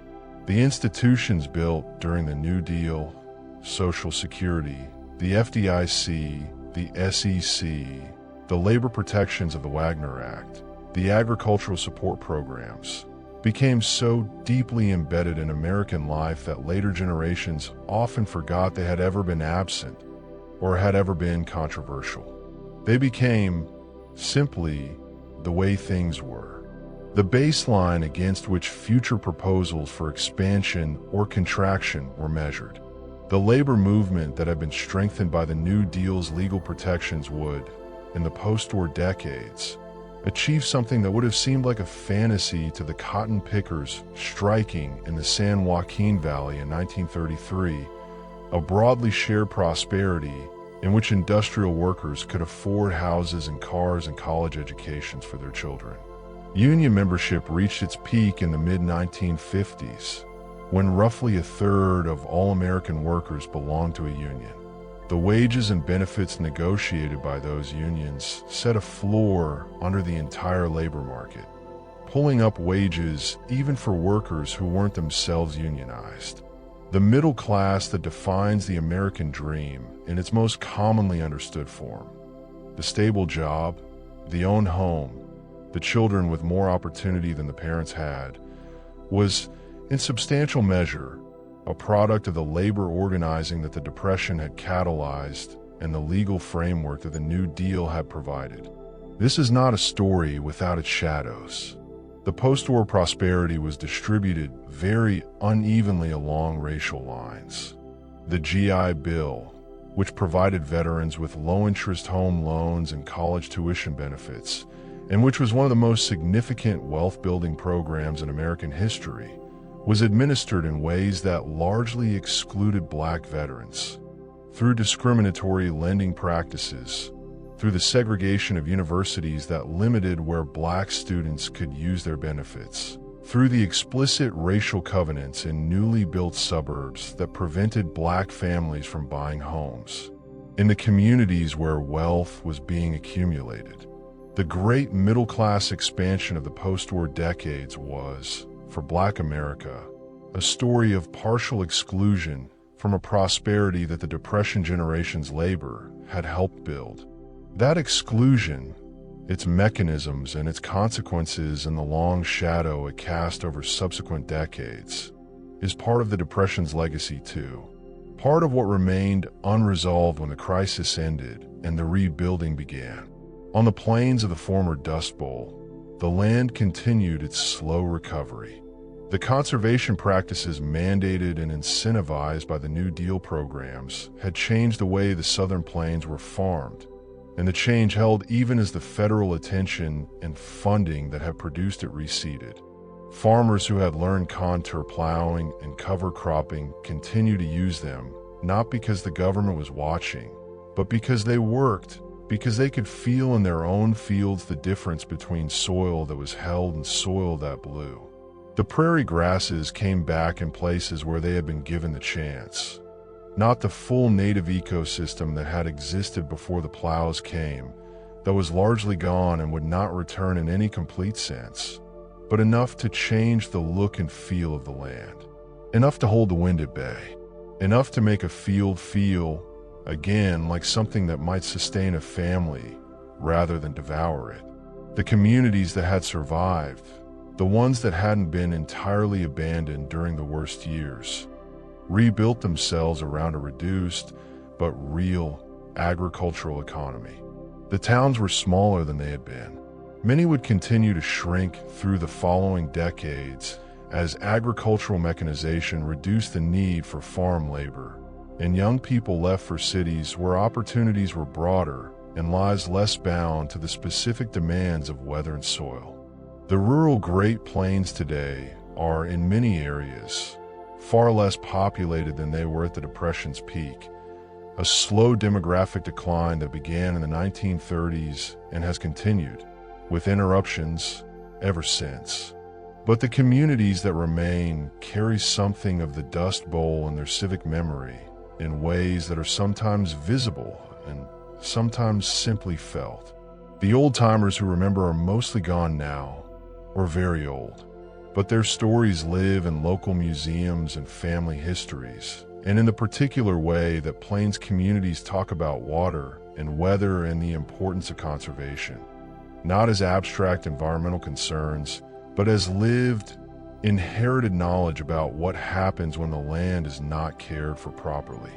In California, the transformation of the Dust Bowl migrants into Californians continued through the post-war decades, a process of assimilation that was, like all such processes, a mixture of gain and loss, of adaptation and grief. The labor camps of the Central Valley that had been temporary shelters became, for some families, permanent communities. Towns in the San Joaquin Valley still carry, in their demographics, and their culture, and their music and their churches, the traces of the Okie migration. Country music, the music that the migrants had brought west with them, the sound of the Southern Plains translated to California valleys, became woven into the fabric of California culture in ways that still resonate. Bakersfield, California, which had been a center of migrant labor in the 1930s, became in the 1950s and 1960s the home of what musicians called the Bakersfield sound, a raw, working-class country music that was a direct descendant of the music the Okies had brought with them on Route 66. Buck Owens and Merle Haggard, two of its greatest practitioners, were children of the migration. Haggard's parents had come from Oklahoma. He was born in a converted railroad car in Bakersfield. His music carried the Depression in it, the dignity of working people, the refusal to be condescended to, the particular pride of someone who knows exactly where they came from and isn't ashamed of it. Dorothea Lange's photographs, not just the famous migrant mother, but the hundreds of other images she made during those years, became part of the permanent visual record of the Depression, documents that have shaped how subsequent generations understand and remember those years. Photography itself was changed by the Depression. In a sense, the Farm Security Administration Photography Project, which employed Lange and Walker Evans and Gordon Parks and others, demonstrated what documentary photography could do when it was placed in service of a serious moral and social purpose. The images they made were not neutral. They were arguments that the people they depicted deserved to be seen, deserved to be counted, deserved to have their suffering acknowledged, and their dignity affirmed by the culture that had produced their circumstances. Gordon Parks, who was black and who brought to his Depression-era photographs an understanding of poverty and exclusion that his white colleagues could only partially share, went on to become one of the great American photographers and filmmakers of the 20th century. The eye he developed in those years, trained on the specific, irreducible humanity of people the larger culture preferred to overlook, informed everything he made afterward. John Steinbeck, whose anger at what he had seen in the migrant camps had produced The Grapes of Wrath, won the Nobel Prize for Literature in 1962, recognized, the committee noted, for his realistic and imaginative writing combined with his sympathetic humor and keen social perception. The Grapes of Wrath was specifically cited. The book that Oklahoma's governor had called a dirty, lying manuscript, and that California's agricultural establishment had tried to suppress was, 2 decades later, recognized as one of the permanent achievements of world literature. The people it had been written to defend had long since dispersed into the larger life of the country, their children and grandchildren living lives that the Jodes could not have imagined. But the book remained, and remains, as a record, fierce and precise and deeply felt, of what those years were like for the people at the bottom of the American economy. The economists and historians who have spent careers studying the Great Depression have reached something close to consensus on several of its most important lessons. Lessons that have been applied, with varying degrees of success and fidelity, in subsequent economic crises. The first lesson is about the danger of allowing financial systems to operate without adequate regulation and oversight. The speculative excess of the 1920s, the buying on margin, the pyramid schemes, the conflicts of interest that riddled the banking system, had been permitted to develop because the dominant ideology of the time held that markets would regulate themselves. They did not. They collapsed catastrophically and took the savings and livelihoods of millions of ordinary people with them. The regulatory framework built during the New Deal was designed specifically to prevent that from happening again, and it largely succeeded. The 70 years between the New Deal reforms and the financial crisis of 2008 saw nothing comparable to the 1929 crash in scale or devastation. The second lesson is about the role of government spending in economic downturns. The economist John Maynard Keynes, whose ideas about the relationship between government spending and economic activity were being developed and published during the Depression years, provided the theoretical framework for understanding what the New Deal was doing intuitively, that in a severe economic downturn, when private spending collapses, government spending can fill the gap and prevent the downward spiral from becoming self-perpetuating. This insight, contested and refined and debated over the following decades, has become a central tool of modern economic policy. It was learned at enormous human cost in the 1930s. The third lesson is harder to quantify, but no less important. It is about the relationship between economic security and democratic stability. The Depression did not only devastate the United States, it devastated economies around the world. And in some of those countries, the devastation created conditions that authoritarian movements exploited. The rise of fascism in Germany and Italy, the appeal of extremist ideologies across Europe, was not unconnected to the economic misery of the Depression years. People who are desperate and humiliated and have lost faith in established institutions are vulnerable to leaders who offer simple explanations and simple enemies. This was true in the 1930s. It has remained true since.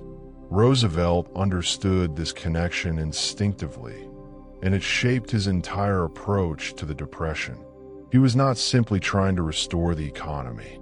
He was trying to preserve the democratic system itself by demonstrating that it was capable of responding to crisis, capable of caring for its citizens, capable of reform rather than requiring revolution. Whether you agree with every choice he made or not, and there is much to debate, the fact that the United States emerged from the Depression as a democracy, with its institutions intact and its fundamental constitutional structure preserved, is not an accident. It is a consequence of choices made in desperate circumstances by imperfect people doing their best to hold something together. And what are the individuals, the specific, irreplaceable human beings who lived through all of this? Not the politicians and the economists and the photographers and the novelists, but the ordinary people who are the true subject of this story. They went on. That is the simple and extraordinary fact of it. They went on. The woman who sewed dresses from flour sacks raised her children, and her children grew up and had children of their own, and those grandchildren grew up in a country that was different, materially, institutionally, culturally different, because of everything their grandmother had survived.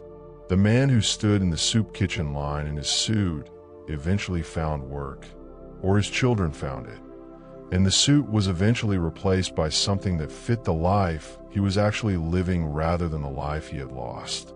The families who made the crossing on Route 66, the ones who survived the desert and made it to California and endured the camps and the hostility and the poverty wages, many of them found, eventually, a foothold. Not the California of their dreams, exactly. Life rarely gives you the thing you imagined, but something real, something built with their own hands from the materials that were actually available, which is, when you think about it, what every human life is built from. Florence Owens Thompson, the migrant mother, the woman in Dorothea Lange's photograph, raised all 7 of her children. She continued to work as a migrant laborer through the war years and beyond, eventually settling in Modesto, California.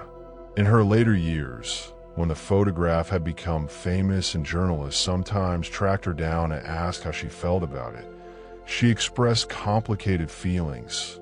Frustration at never having received any financial benefit from an image that had made her face one of the most recognized in American history, and also a kind of pride, ultimately, in what the photograph had meant to people, what it said about endurance, what it had made visible that might otherwise have remained invisible. She died in 1983 at the age of 80. Her children paid for her funeral through a public appeal, and people who had never met her sent money because they felt they knew her, because her face had been part of their understanding of American history. She was buried in Arbuckle, California, in a grave that her family eventually marked with a headstone that read, Florence Leona Thompson, Migrant Mother, a legend of the strength of American motherhood. It is not a bad epitaph for a generation. The Great Depression ended. The Dust Bowl ended. The specific crisis passed, as crises do, leaving behind a changed landscape. Physical, economic, political, cultural, and a changed people. A people who knew things about themselves and about their country that could only have been learned the way they learned them, through the specific and unrelenting education of lived experience at its most demanding. What they knew, and what they left us, is not simple to summarize. It is in the institutions they built and reformed. It is in the literature and the photographs and the music that came out of those years. It is in the policy frameworks that still govern, however imperfectly, the relationship between the American government and the American economy. It is in the family stories told around kitchen tables. The grandfather who remembered Black Sunday, the grandmother who made soup from almost nothing, the great uncle who rode Route 66 in a truck that broke down twice. It is in the understanding, available to us if we choose to receive it, that prosperity is not self-sustaining, that institutions require tending, that the people at the bottom of the economy are as real and as fully human as the people at the top, and that a country that forgets this truth pays, eventually, an enormous price for the forgetting. And it is in something harder to name, but no less real, a quality of life that the Depression generation carried with them, that showed in how they held themselves and how they treated their neighbors, and how seriously they took the ordinary gifts of a meal on the table and a roof overhead, and a country that was, for all its flaws and failures, still standing, still trying, still, in its imperfect and argumentative and extraordinary way, attempting to be worthy of its own best ideals. There are stories that end, and there are stories that transform. The story of the Great Depression and the Dust Bowl migrants is the second kind. It did not conclude so much as it dispersed, spread outward into the lives of the people who had survived it, into the institutions they built and the policies they argued for, and the children they raised and the memories they carried, and the ones they couldn't bring themselves to talk about. We have spent the last hour or so in the thick of those years, in the soup kitchens and the dust storms, on Route 66, in the labor camps, in the legislative chambers where the New Deal was argued into existence, in the factory floors where the war economy finally burned away the last of the Depression's grip. We have tried to stay close to the human texture of it, to the specific weight of a flour sack dress, and the specific fear of a broken radiator in the Mojave, and the specific pride of a man who has lost almost everything and still won't take his suit jacket off. Now, in this segment, we want to do something slightly different. We want to step back a little further, not so far that we lose sight of the people, but far enough to see how the story of the Depression planted seeds that grew into things nobody in 1933 could have predicted. How a decade of catastrophe became, in ways that are genuinely surprising, a source of some of the most important developments in 20th century American life. Let us begin with the land itself. The environmental catastrophe of the Dust Bowl was, in a long view of American history, a watershed moment in the country's relationship with its own natural resources. Before the 1930s, the dominant attitude toward the American land, the attitude that had driven westward expansion, that had animated the homesteading projects of the 19th century, that had led to the plowing up of the native grasslands, was essentially extractive. The land was a resource to be used. The idea that use could become overuse, that productive land could be destroyed by the very farming that was supposed to bring it to its highest purpose, was not absent from American thinking, but it was marginal.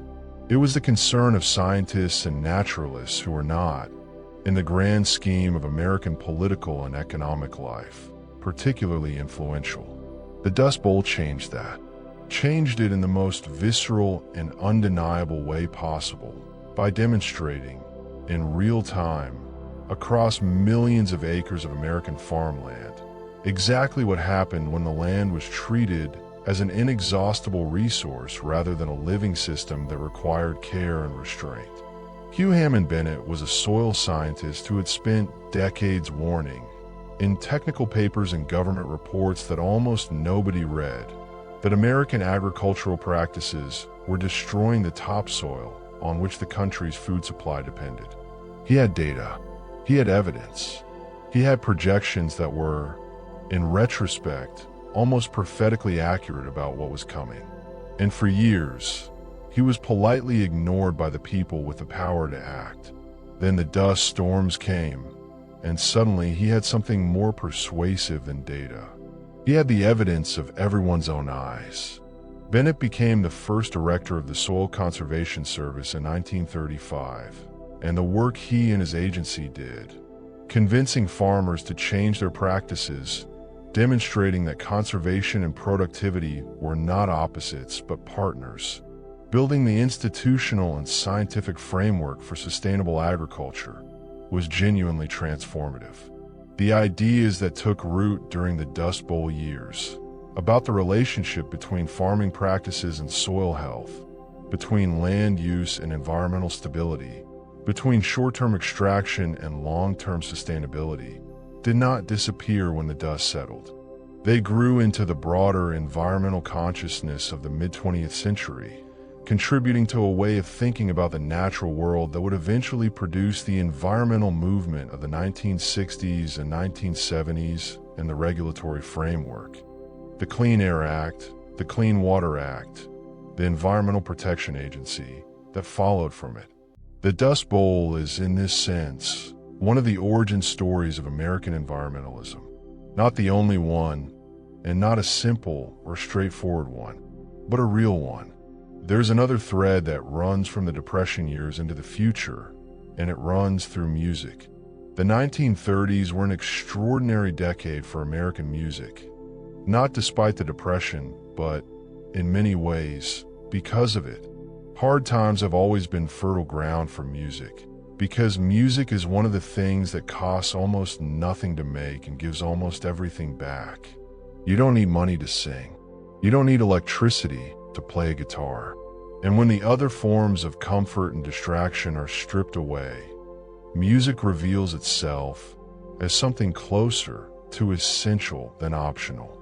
The music of the Depression era was varied and contradictory and deeply American in its refusal to be a single thing. There was the jazz evolving in the cities, growing more complex and emotionally serious as the decade progressed. There was gospel music, filling churches in black communities across the South and in the new northern cities where the Great Migration had carried them. Music that insisted, against all available evidence, on the existence of something worth hoping for. There was the blues, which did the opposite of insisting, which looked at suffering directly and sang about it without flinching, and found in that act of clear-eyed acknowledgement its own form of liberation. And there was the music of the plains and the South, the music that traveled west on Route 66 with the Okies, old ballads and fiddle tunes and gospel songs, and the emerging form that would eventually be called country music. This was the music of people who needed to hear their own experience reflected back at them, who needed to know that someone else understood exactly what it felt like to lose a farm and pack a truck and drive toward an uncertain future. The songs they sang and the songs written about them during those years. Woody Guthrie, born in Okemah, Oklahoma, was perhaps the most significant, became part of the permanent musical vocabulary of American life. Woody Guthrie deserves particular attention in any telling of the Dust Bowl story, because he was both a product of those years and one of their most important chroniclers. Born in 1912 in Oklahoma, he had experienced the Depression and the dust storms firsthand, had been part of the Great Westward Migration, had ridden freight trains and hitchhiked, and played his guitar on street corners for whatever coins people could spare. He was not an academic or a journalist. He was a participant. The songs he wrote during those years, hundreds of them, scratched out on whatever paper was available, documented the experience of the Depression's casualties with a directness and a sympathy and an anger that formal journalism rarely achieved. His Dust Bowl ballads, recorded in 1940, told the stories of families forced from their land, of the journey west, of the hostility at the California border, of the labor camps and the starvation wages and the dignity that survived all of it. This Land Is Your Land, his most famous song, was written in 1940 as a response to what he saw as the false optimism of other patriotic songs, a more complicated, more honest declaration of what America owed its people and what its people were owed. Guthrie's influence on American music, and through music on American culture, is difficult to overstate. He was a direct inspiration to the folk revival of the 1950s and 1960s, to Bob Dylan, to the broader tradition of politically engaged American songwriting that runs from the Depression to the present. The thread that connects a Dust Bowl ballad sung in a California migrant camp in 1938 to protest music of the 1960s to the tradition of American roots music today is real and traceable and important. John Steinbeck's The Grapes of Wrath, which we have mentioned several times, was not the only important literary work to emerge from those years. James Agee and Walker Evans spent 8 weeks in 1936 living with 3 sharecropper families in Alabama. White families crushed by the cotton economy and the Depression, living in conditions of poverty that Agee found almost impossible to describe without feeling that description itself was a form of violence. The book they made from that experience, Let Us Now Praise Famous Men, published in 1941, combined Evans's photographs with Agee's prose in a form that was not quite journalism and not quite literature and not quite art criticism, but something that borrowed from all three. It was not commercially successful when it appeared. Over the following decades, it was recognized as one of the most important and most formally original American books of the 20th century. Richard Wright, whose Native Son was published in 1940 and whose autobiographical Black Boy followed in 1945, brought to Depression-era literature an experience of poverty and racial violence that white writers, however sympathetic, could not access from the inside. Wright had grown up in the Deep South in conditions of deprivation and terror that made the Dust Bowl migrants' experience look, in some ways, like a different category of hardship. His work insisted on the connection between economic conditions and racial conditions, between the Depression's casualties and the longer, deeper catastrophe of American racism. It was not comfortable reading. It was not meant to be. The photographs of the Depression, Dorothea Lange's, Walker Evans's, Gordon Parks's, and those of dozens of other Farm Security Administration photographers, became, in the decades after the Depression, not just historical documents, but touchstones of American visual culture. They established a tradition of documentary photography as a form of moral witness. The idea that the camera, in the right hands, pointed in the right direction, with the right intentions, could do something that mattered, could make visible what power preferred to keep invisible, could demand, through the simple act of careful looking, that the viewer acknowledge the full humanity of the person being looked at. This tradition runs directly from the Depression through the civil rights photography of the 1950s and 1960s. The images of Birmingham and Selma, and the March on Washington that moved the conscience of the country, through the documentary photography of subsequent decades to the phone cameras of today, where ordinary people capture and share evidence of injustice in real time. The moral logic is the same logic Dorothea Lange was operating from when she almost drove past the camp in Nipomo and then turned back. Look, see, show. The New Deal's cultural programs, the Federal Art Project, the Federal Writers Project, the Federal Theater Project, also have legacies that stretch far beyond their brief institutional lives. The murals painted in post offices and public buildings across the country during the 1930s created a generation of American painters who had learned their craft in public, on commission, accountable to communities rather than to galleries or wealthy patrons.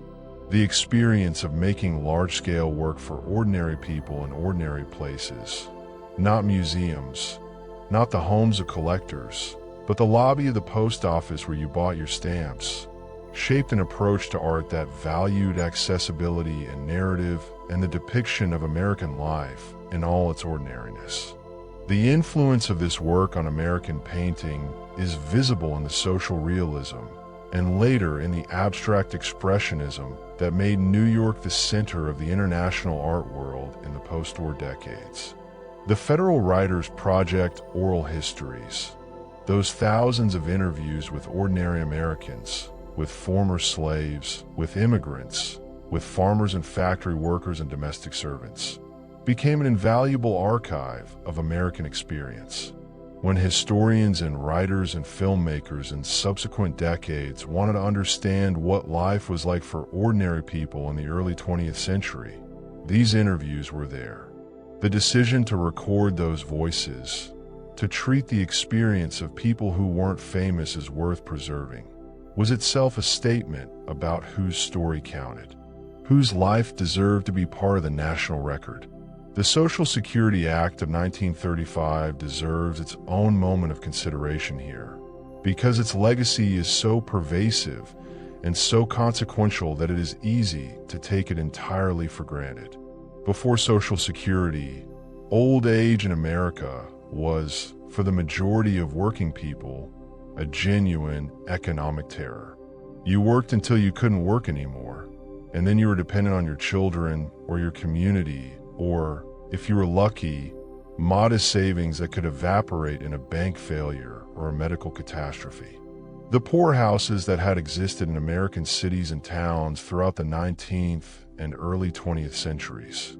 Institutions where the elderly poor who had no family support were warehoused in conditions of grim institutionalization, were evidence of what happened to people who outlived their usefulness to the economy in a society that provided no public safety net. Social Security changed this. Not immediately, and not completely, and not without the exclusions and inequities that we have already noted, but established as a matter of law and of national commitment, that old age should not mean destitution, that a working life, however modest, should yield something like security in its final years. The program expanded over the following decades to cover more workers and provide more comprehensive benefits, and it became, eventually, the most popular government program in American history, popular across political lines, popular across demographic groups, popular in a way that reflects how deeply the need it addresses is felt by ordinary people who remember, or whose families remember, what life looked like without it. The Federal Deposit Insurance Corporation, the FDIC, accomplished something equally fundamental, though it operates more quietly. Before the FDIC, every American with money in a bank lived with the knowledge, however suppressed, that the bank could fail and the money could vanish.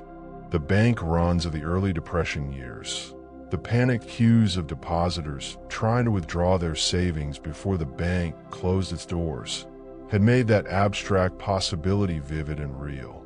The FDIC made it, for most practical purposes, obsolete. When you put money in a bank today, you don't worry about losing it if the bank fails. That confidence is so complete, so built into the background of ordinary financial life, that most people never think about where it came from. It came from the Depression, from the 9,000 bank failures and the lost savings and the human cost of financial systems that operated without adequate guarantees.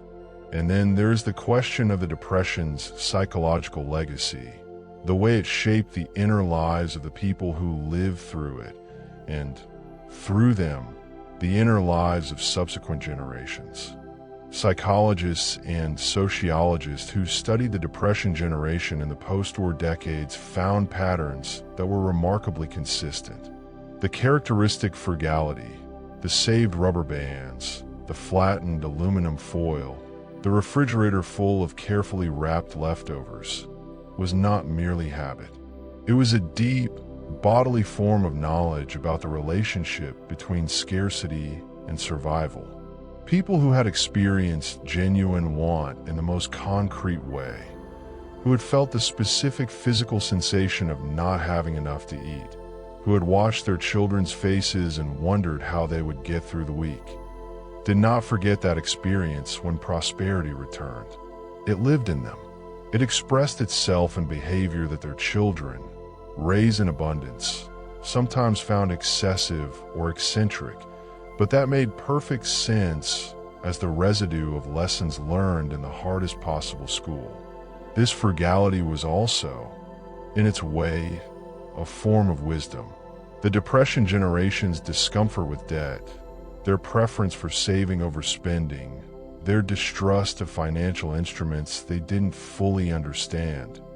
These instincts, which sometimes held them back from opportunities that required risk, also protected them from the kinds of speculative excess that had contributed to the original crash. They had seen what happened when the music stopped. They never quite forgot. Their children, the baby boomers, born into the post-war prosperity that the Depression generation had built, grew up in the most materially comfortable conditions most American families had ever known.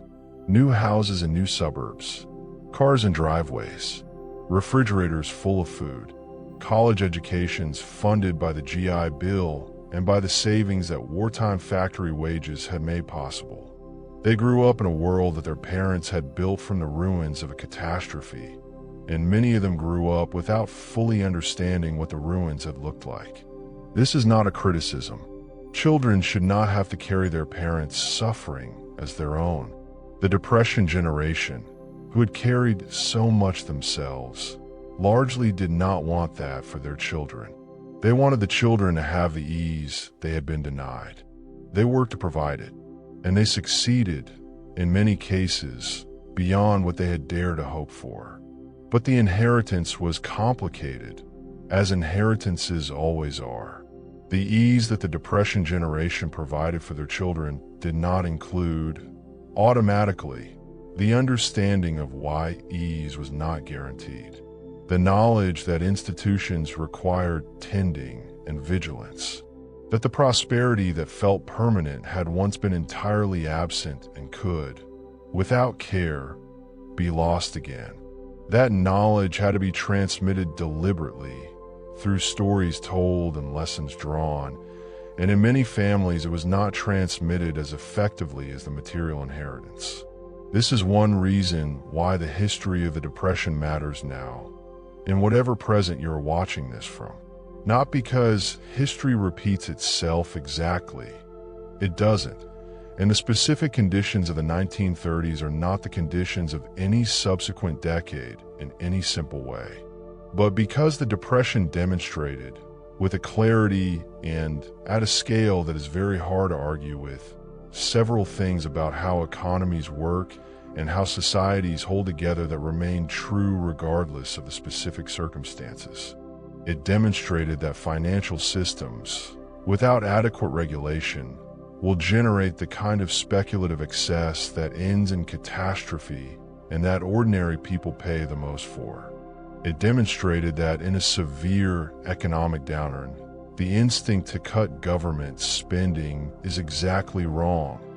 That the moment when people most need public support is precisely the moment when the private economy is least able to provide it. It demonstrated that the people at the bottom of an economic system are not there because of personal failure or moral inadequacy. That poverty is in most cases a circumstance rather than a character, and that a society which treats it as the latter will fail the people it most needs to help. And it demonstrated that ordinary people, given almost nothing to work with, are capable of extraordinary things. That resilience is not a trait distributed unequally among the deserving and the undeserving. It is a human capacity available to anyone pushed to the edge, expressed in 10,000 quiet ways that history usually doesn't bother to record. We have been traveling through these years for some time now, through the crash and the bank failures and the breadlines, through the dust storms and the dying farms and the decision to leave everything behind. Down Route 66 in the truck that keeps breaking down, past the hostile checkpoints of the California border, into the labor camps and the stoop labor of the harvest, into the Washington offices where the New Deal was being improvised into existence, into the factories that came alive with the war and burned the Depression's remnants away. We have met, along the way, some of the people who lived through it.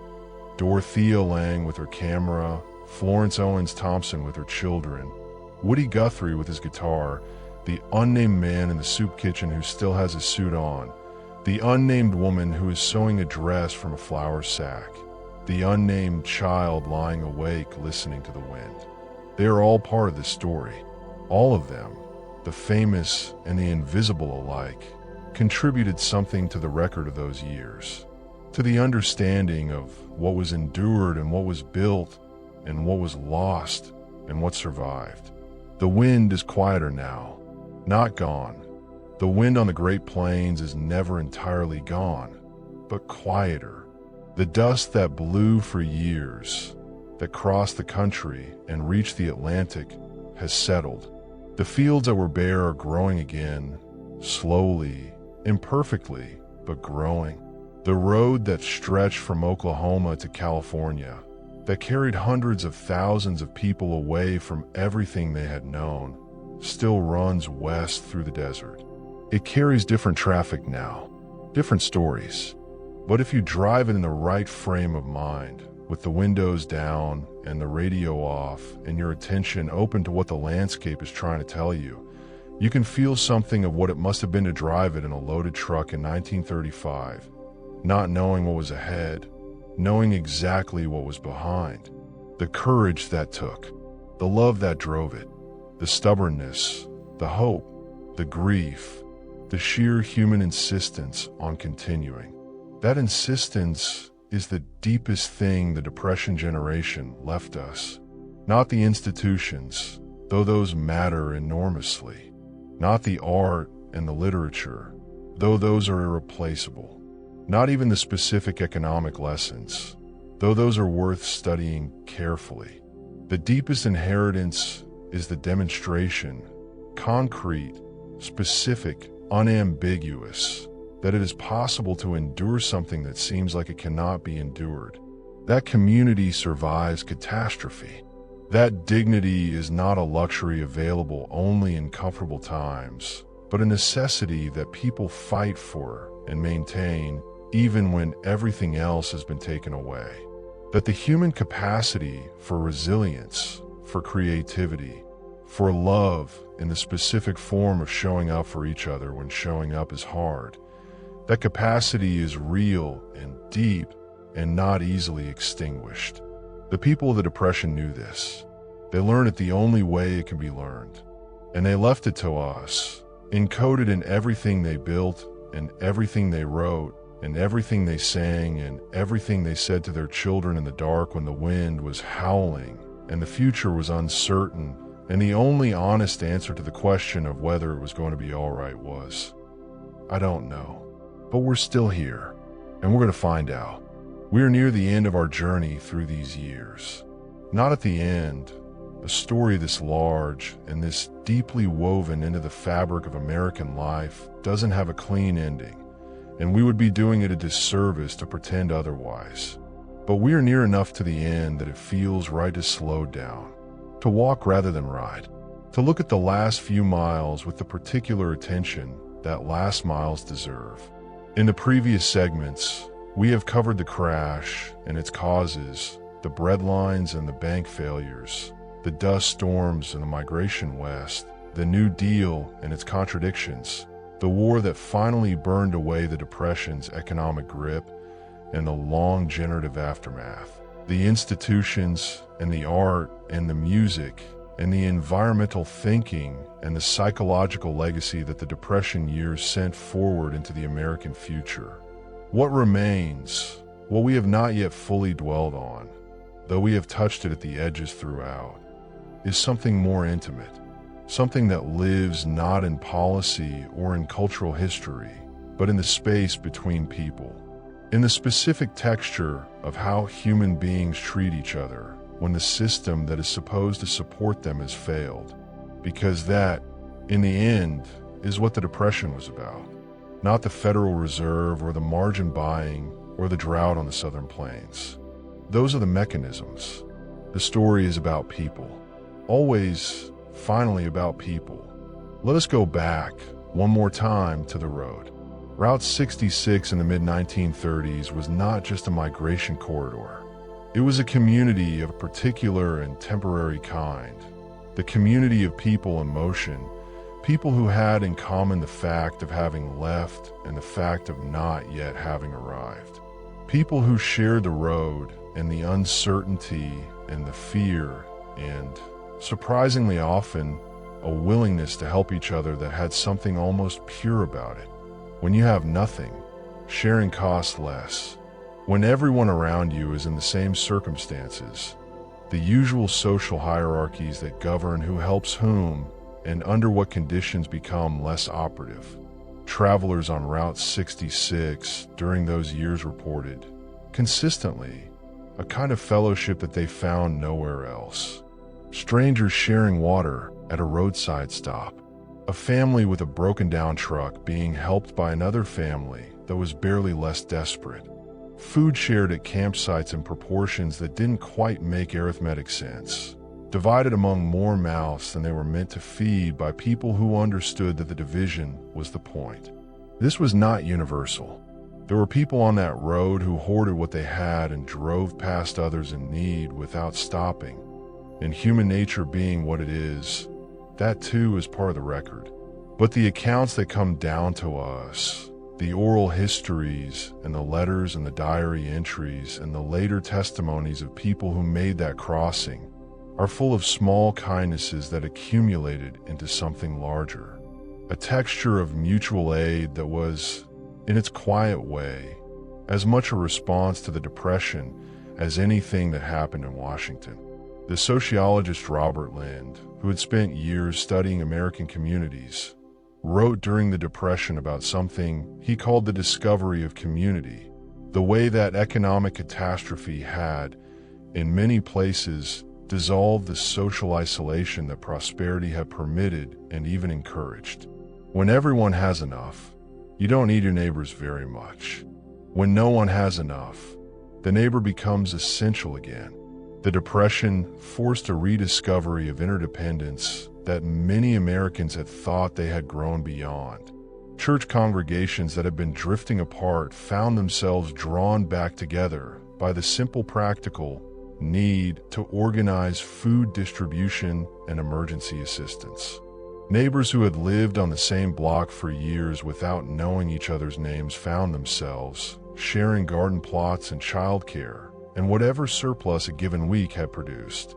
The mutual aid societies that immigrant communities had built in the late 19th and early 20th centuries, structures for collective self-help that the prosperity of the 1920s had made seem unnecessary, were revived and expanded. This is not to romanticize poverty. Poverty is not romantic. The Depression was not a character-building exercise that people would have chosen if given the option. The community it produced was born of necessity and paid for in suffering, and anyone who suggests otherwise is sentimentalizing something that deserves to be taken seriously on its own terms. But the community was real, and the people who experienced it carried the memory of it into the post-war decades, into the neighborhoods and civic associations and volunteer organizations of mid-century America, and it shaped how they understood what a community was for and what citizens owed each other. The unusually high rates of civic participation that characterized the post-war generation, the joiners and the volunteers, and the people who showed up for school board meetings and neighborhood associations and church committees, were products, in part, of a generation that had learned, in the hardest way possible, what civic life was actually for. The children of the Depression, the ones who were young during the worst years, who grew up in households where the adults were managing fear and scarcity with whatever tools were available, experienced the Depression in ways that were different from their parents' experience, and in some ways more formative. Children don't have the adults' capacity to contextualize suffering, to place it in historical perspective, to understand that this particular hardship is part of a larger pattern that has precedence and will eventually resolve. Children experience what is in front of them directly and concretely. The child who watches a parent cry over a bill they can't pay doesn't think about the Federal Reserve's monetary policy. They think something is wrong. The world is not safe. And they file that knowledge in the part of themselves that doesn't forget. Many of the people who grew up during the Depression reported, in later years, a persistent background anxiety about money that never entirely went away, even when money was no longer a problem. A vigilance about security, a difficulty truly relaxing into abundance, a habit of watching for the sign that things were about to go wrong. This was not neurosis. It was the residue of accurate perception. Things had gone wrong. They had gone wrong in ways that were real and serious and had lasting consequences, and a child who registered that reality and held on to the memory of it was not being irrational. They were being honest about what the world had shown them, about what they knew. There's a particular conversation that happened in variations in millions of American households across the second half of the 20th century. The Depression generation, growing old, trying to explain themselves to children and grandchildren who had grown up in abundance, who couldn't quite understand why grandmother kept saving twist ties, or why grandfather checked the locks 3 times before bed, or why the thermostat was never turned up past a certain point regardless of how cold it got. These conversations were sometimes frustrating for both parties. The grandchild wanting the older person to just relax, to stop worrying, to accept that things were different now. The older person unable to fully explain why they couldn't, why the habits ran deeper than reason, Why knowing intellectually that the savings account was healthy didn't stop the body from remembering what it felt like when it wasn't. But sometimes these conversations went somewhere more important. Sometimes the grandchild asked a real question and the older person gave a real answer. And what passed between them in that exchange was something that can't be gotten any other way than directly, not from books or documentaries or history classes, but from a specific weight of a specific person saying, "This is what I lived through. This is what it felt like. This is what I want you to know." Those conversations are becoming rarer now. The Depression generation is almost entirely gone. The youngest people who have personal memories of the 1930s are in their 90s, and there are fewer of them every year. The living link to those years, the human transmission of memory that is different from any other kind of historical knowledge, is closing. This is, in part, why stories like this one matter. Why the oral histories and the photographs and the novels and the songs matter. Why the careful, patient work of historical reconstruction, trying to understand not just what happened but what it felt like to live through it, is worth doing. Not to preserve the past in amber. The past is past, and the specific conditions of the 1930s are not the conditions of today in any simple or direct way. But because the past, understood seriously and honestly, is one of the most reliable guides we have to the present. Because the questions the Depression raised about the relationship between individual and community, about the responsibilities of government, about the distribution of prosperity and the management of risk, about who counts and whose suffering registers, are not questions that have been permanently answered. They are questions that every generation has to answer again in its own circumstances, with its own tools. And the quality of those answers depends, in part, on how well we understand what happened to the people who faced versions of the same questions before us. What they got right, what they got wrong, what they wish they had known. Let us spend a few minutes in this near final stretch of our journey with some of the specific people and places whose stories we have followed and see where they ended up. The city of Bakersfield, California, which had been one of the primary destinations of Dust Bowl migrants, which had been a center of agricultural labor and migrant camps in the 1930s, became in the post-war decades a city that bore the deep imprint of those years. The children of the Okies grew up in Bakersfield and shaped it. Their culture, their music, their values, their particular variety of working-class pride, all of it became part of the city's identity in ways that are still visible today. Buck Owens, who had come to Bakersfield as a child with his family from Texas, became one of the most successful country musicians of the 1960s. His sound, raw and electric and unpolished in ways that deliberately distinguished it from the smoother Nashville productions of the same era, was a direct inheritance from the music the migrants had brought west with them. He recorded and performed from Bakersfield, refusing the Nashville establishment's invitation to relocate and reform his style, insisting on the particular thing he was and where he came from. There is something in that insistence that echoes the broader stubbornness of the Dust Bowl generation, the refusal to be ashamed of what you are, to sand down the rough edges to fit someone else's idea of what success should look like. Merle Haggard, born in a converted railroad car in Bakersfield to parents who had come from Oklahoma, went further in some ways in making the Depression a living part of his artistic identity. His songs returned again and again to the working class experience, to poverty and dignity, and the particular pride of people who had been looked down on and had decided not to internalize the contempt. Mama Tried, Working Man Blues, If We Make It Through December. These are songs that carry the Depression's emotional vocabulary forward into later decades, that insist on the value and the complexity of lives that the larger culture prefers to overlook. Haggard was not always a comfortable figure. His politics were complicated and sometimes contradictory. as the politics of people formed in the crucible of the Depression often were a deep suspicion of authority combined with a fierce patriotism, a solidarity with working people combined with a distrust of the political movements that claimed to speak for them. He was not easily categorized.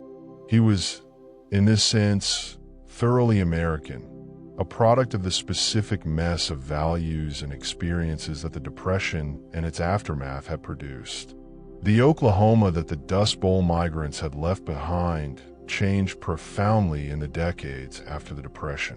The discovery of oil, which had begun before the Depression but expanded dramatically in the post-war years, transformed the state's economy in ways that agriculture alone had never managed to do. Cities grew, universities expanded. The population that had been reduced by the out-migration of the 1930s was replenished and eventually surpassed. But the memory of the Dust Bowl and the migration persisted in Oklahoma's cultural identity in complicated ways. For decades, the state's relationship to the Okie experience was ambivalent, proud of the resilience, uncomfortable with the poverty and the condescension, uncertain how to hold a chapter of history that was both genuinely heroic and genuinely humiliating.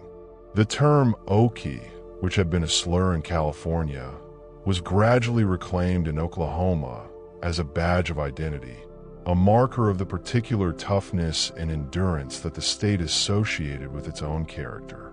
The National Cowboy and Western Heritage Museum in Oklahoma City, the Woody Guthrie Center in Tulsa, the various Dust Bowl memorials and historical sites scattered across the Oklahoma Panhandle. These represent, collectively, an ongoing effort to understand and honor what happened there and what it meant. An effort that is still evolving, still arguing with itself about exactly what story to tell and how. The broader question of how America has remembered and misremembered the Depression is itself worth a moment's attention. There is a version of the Depression story that has become something like official mythology. The version in which rugged individual Americans stoically endured hard times and pulled themselves up by their bootstraps and were saved by the New Deal and the war and went on to build the greatest middle class in history. This version is not entirely wrong. The endurance was real. The building was real. The New Deal, for all its imperfections, was real.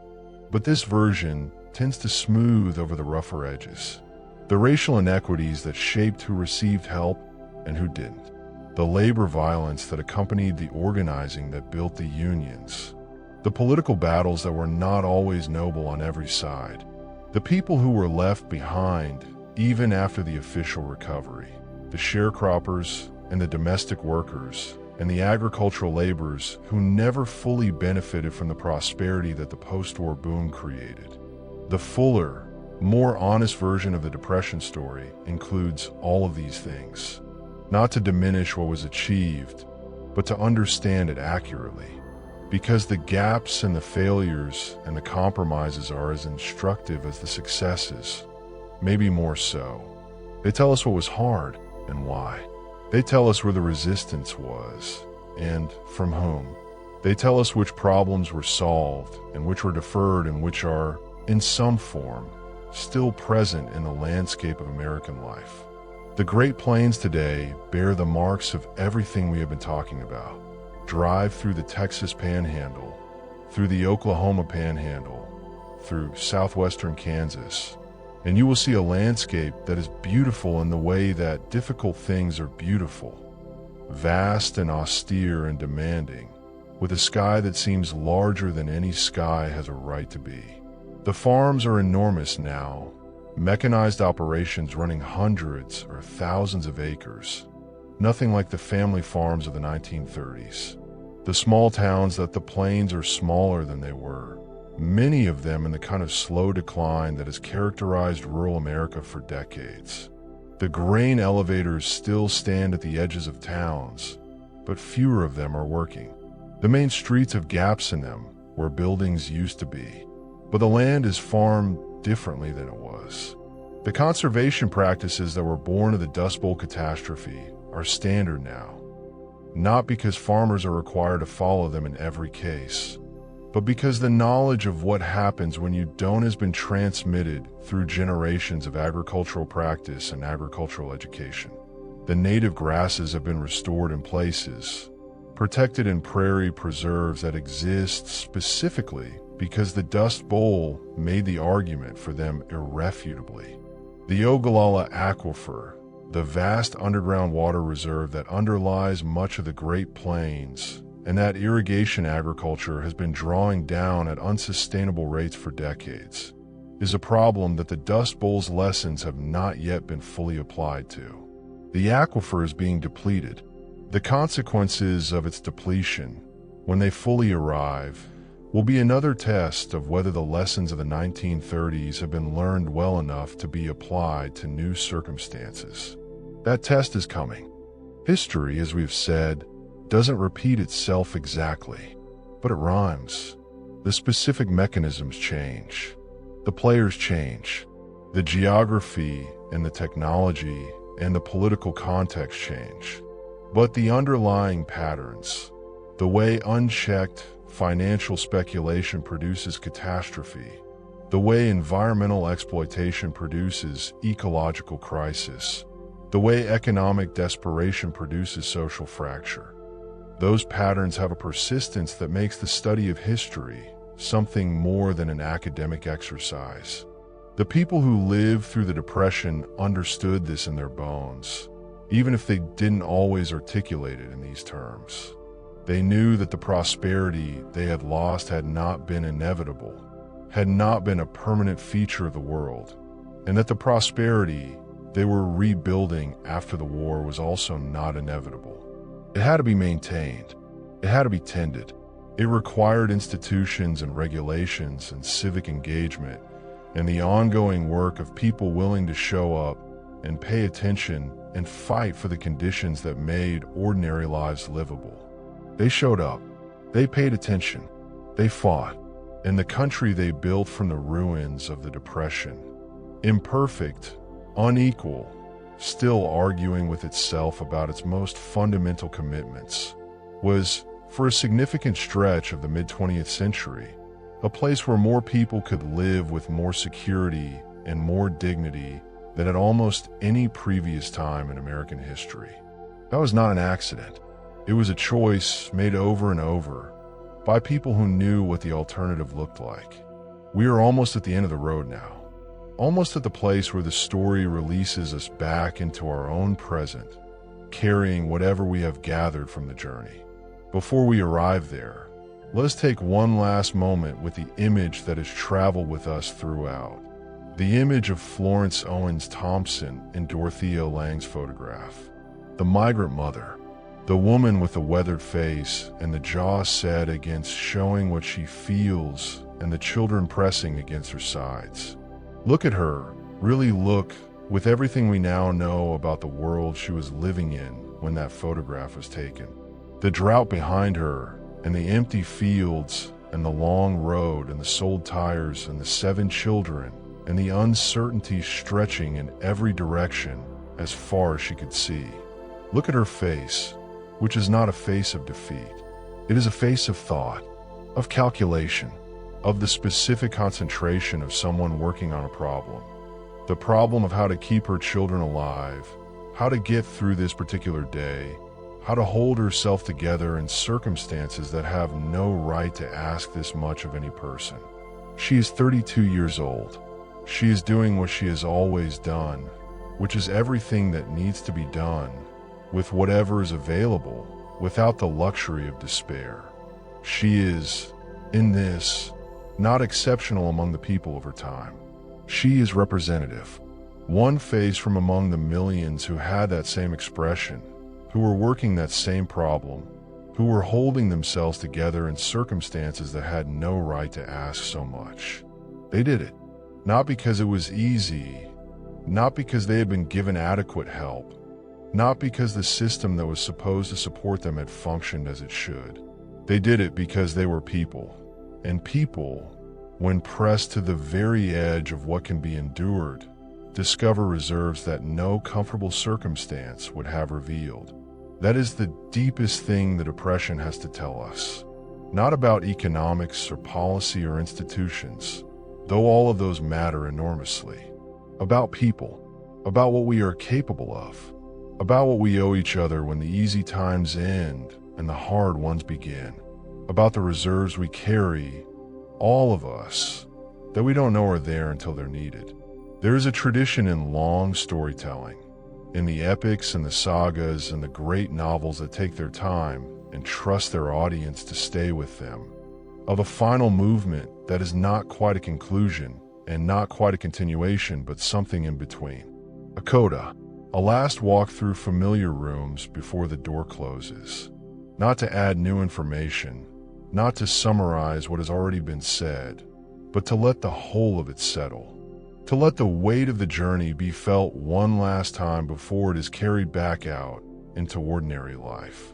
This is that movement. We have spent a long time in the 1930s. We have lived, as much as it is possible to live anywhere, through the act of careful attention and honest telling, inside the experience of a generation of Americans who were asked to endure something that had no right to be asked of them, and who endured it anyway. We have followed them from the false glitter of the late 1920s through the crash, and into the long, grinding, sometimes heroic, sometimes simply exhausting reality of survival. We have watched them organize and create and migrate and rebuild. We have watched the country they lived in change around them, and because of them, and we have traced the long aftermath of those years into the present. The institutions and the art and the music and the policy and the psychology that the Depression left behind. What remains in this final segment is not more history. It is something quieter, something closer to reflection, a chance to sit with what we know and feel its full weight before we set it down. Every generation inherits a world it did not make. This is one of the fundamental conditions of human existence, and it is easy to lose sight of because we are all so immersed in the world we were born into that it feels simply like reality, like the way things are, rather than the way things were made to be by specific choices made by specific people in specific circumstances. The institutions feel permanent. The arrangements feel natural. The prosperity, where it exists, feels like a given. It is not a given. It never was. The people who lived through the Depression understood this with a clarity that most of us, in more comfortable times, never have occasion to achieve. They had seen prosperity vanish. They had watched institutions fail. They had experienced, in the most immediate and physical way possible, what the world looked like when the structures that were supposed to support ordinary life gave way. And then they had done the work of rebuilding those structures. Not perfectly, not without compromise, not without leaving people behind who deserved to be included, but seriously, with the specific seriousness of people who knew what was at stake because they had seen what happened when it wasn't there. The Social Security card in your wallet, if you live in America, is one piece of that work. The FDIC guarantee on your bank account is another. The labor protections that govern your workplace, the financial regulations that govern the markets, the safety net programs that exist to catch people when they fall, all of these are, in some essential way, products of the Depression, products of the specific knowledge, purchased at enormous human cost, that these things were necessary, that the alternative had been tried and found catastrophic. There is a question that historians and economists sometimes ask about the Depression, a counterfactual question that is ultimately unanswerable but worth sitting with. What if the crash of 1929 had been handled differently? What if the Federal Reserve had expanded the money supply instead of contracting it? What if the Hoover administration had pursued aggressive fiscal stimulus from the beginning? What if the banking system had had the regulatory safeguards that the New Deal eventually put in place? The answer, most economists now believe, is that the Depression could have been significantly shorter and less severe, that the decade of catastrophe was not inevitable, that the specific policy choices made in the early years of the crisis, choices that seemed prudent at the time, that were grounded in sincere beliefs about how economies worked, made things much worse than they had to be. This is not a comfortable thought. It means that the suffering of millions of people was, at least in part, preventable. That the breadlines and the bank failures and the dust storms and the migration and the lost farms and the hungry children and the broken families were not simply the unavoidable consequences of impersonal economic forces, but were shaped, in significant measure, by human decisions, by errors of understanding and failures of imagination, and the specific ways that the dominant ideas of a particular moment can make certain options invisible. It is not comfortable, but it is important, because it means that the choices made in response to economic crisis genuinely matter. That the difference between a bad recession and a decade-long catastrophe can be found, in part, in the decisions of policymakers and institutions, and ultimately in the political will of a society to act with sufficient scale and speed and compassion when things go wrong. This lesson was learned. It was applied, imperfectly but meaningfully, in subsequent economic crises, in the recessions of the post-war decades, in the financial crisis of 2008, in the economic disruptions of more recent years. Whether it has been learned well enough, whether the institutions that embody it are strong enough to hold in circumstances of sufficient severity, is a question that cannot be answered in advance. It can only be answered in the event, not the easy, obligatory kind, the gratitude that is really just relief at not being the one who suffered. That is not gratitude. That is luck acknowledged. Real gratitude for what the Depression generation did and endured and built is something more demanding. It requires actually understanding what they went through and what it cost them. It requires holding the knowledge of their suffering alongside the knowledge of what their suffering ultimately made possible. It requires resisting both the sentimentalization that turns them into noble archetypes and the historical distance that turns them into statistics. They were people, ordinary, specific, irreplaceable people with fears and hopes and bad days and moments of grace and all the ordinary complexity that makes a human life rather than a symbol. The woman who saved every piece of aluminum foil. The man who still checked the locks 3 times. The grandmother who could make a meal from almost nothing and who never, for the rest of her life, threw away food. The grandfather who didn't talk about those years, whose silence said everything. They gave us something. Not intentionally, not as a gift wrapped and presented. They were just trying to survive, trying to protect their families, trying to hold themselves together through something that had no right to be asked of them. But in doing those things, they built a world. They changed institutions. They made art. They raised children. And through all of it, they demonstrated something about what human beings are capable of that we're still drawing on. That is worth gratitude. The real, serious, demanding kind that comes with obligations attached. The obligations are not abstract.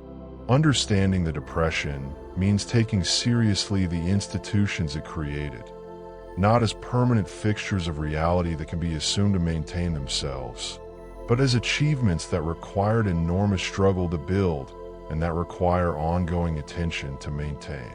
Social security, financial regulation, labor protections, the safety net, these things did not always exist. They were argued for and fought for by people who knew what their absence felt like. They can be weakened. They can be dismantled.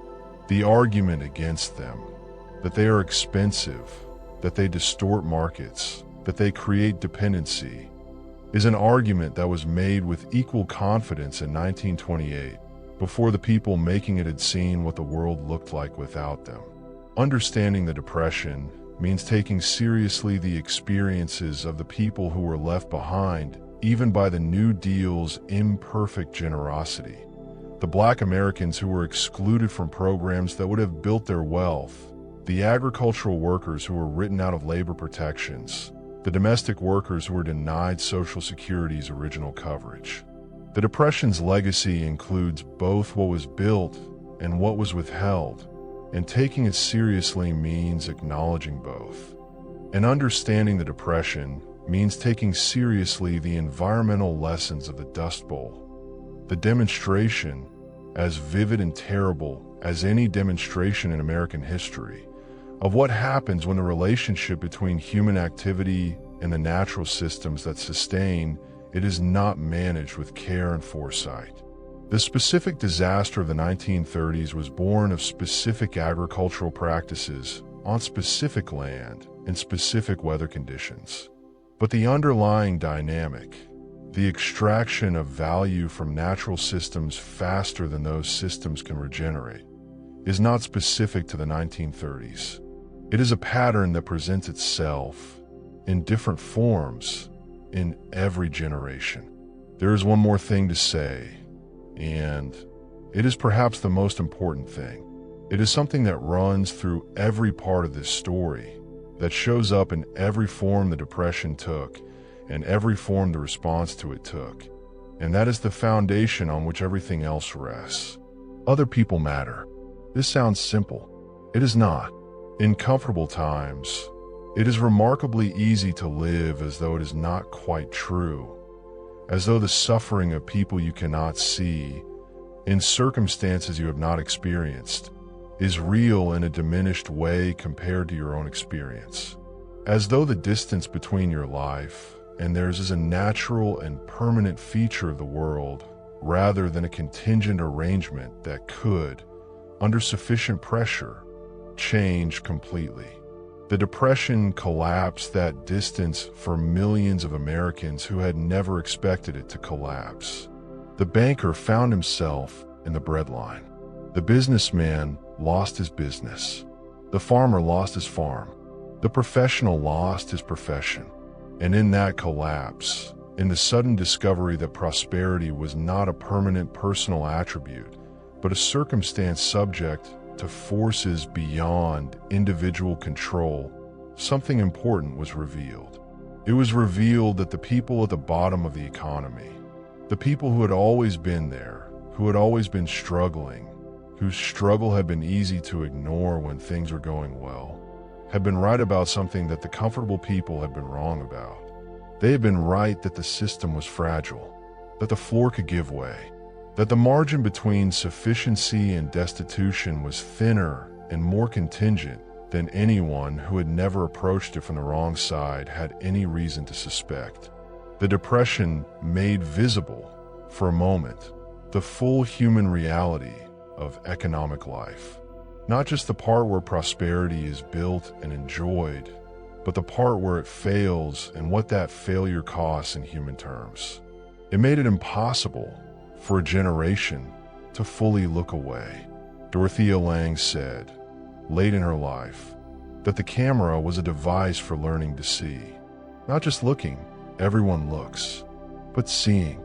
The difference between looking and seeing, she suggested, was the quality of attention you brought. The willingness to stay with what was in front of you long enough to understand it rather than categorize it and move on. The Depression, in its terrible way, was a device for learning to see. It forced a quality of attention on the people who lived through it that comfortable times do not require. It made certain things visible about the economy, about community, about the relationship between individual fate and collective circumstance that had been invisible before and that, for a generation, could not be made invisible again. We are the beneficiaries of that seeing. The institutions they built because of what they saw, the art they made because of what they felt, the policies they argued for because of what they knew. We are also the inheritors of the responsibility to keep seeing, to not let the comfortable distance of prosperity make us forget what the world looks like when it fails, to tend the institutions and the relationships and the civic commitments that the Depression generation built at such cost, and to pass them on to the next generation with the same seriousness and the same understanding of their fragility. The road that stretches from the crash of 1929 to the present is a very long road.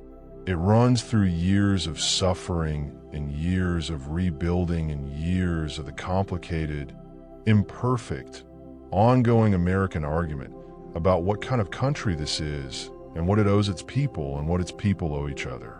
The people who traveled the first part of that road, who traveled in broken trucks with everything they owned and the future completely unknown, did not know where they were going.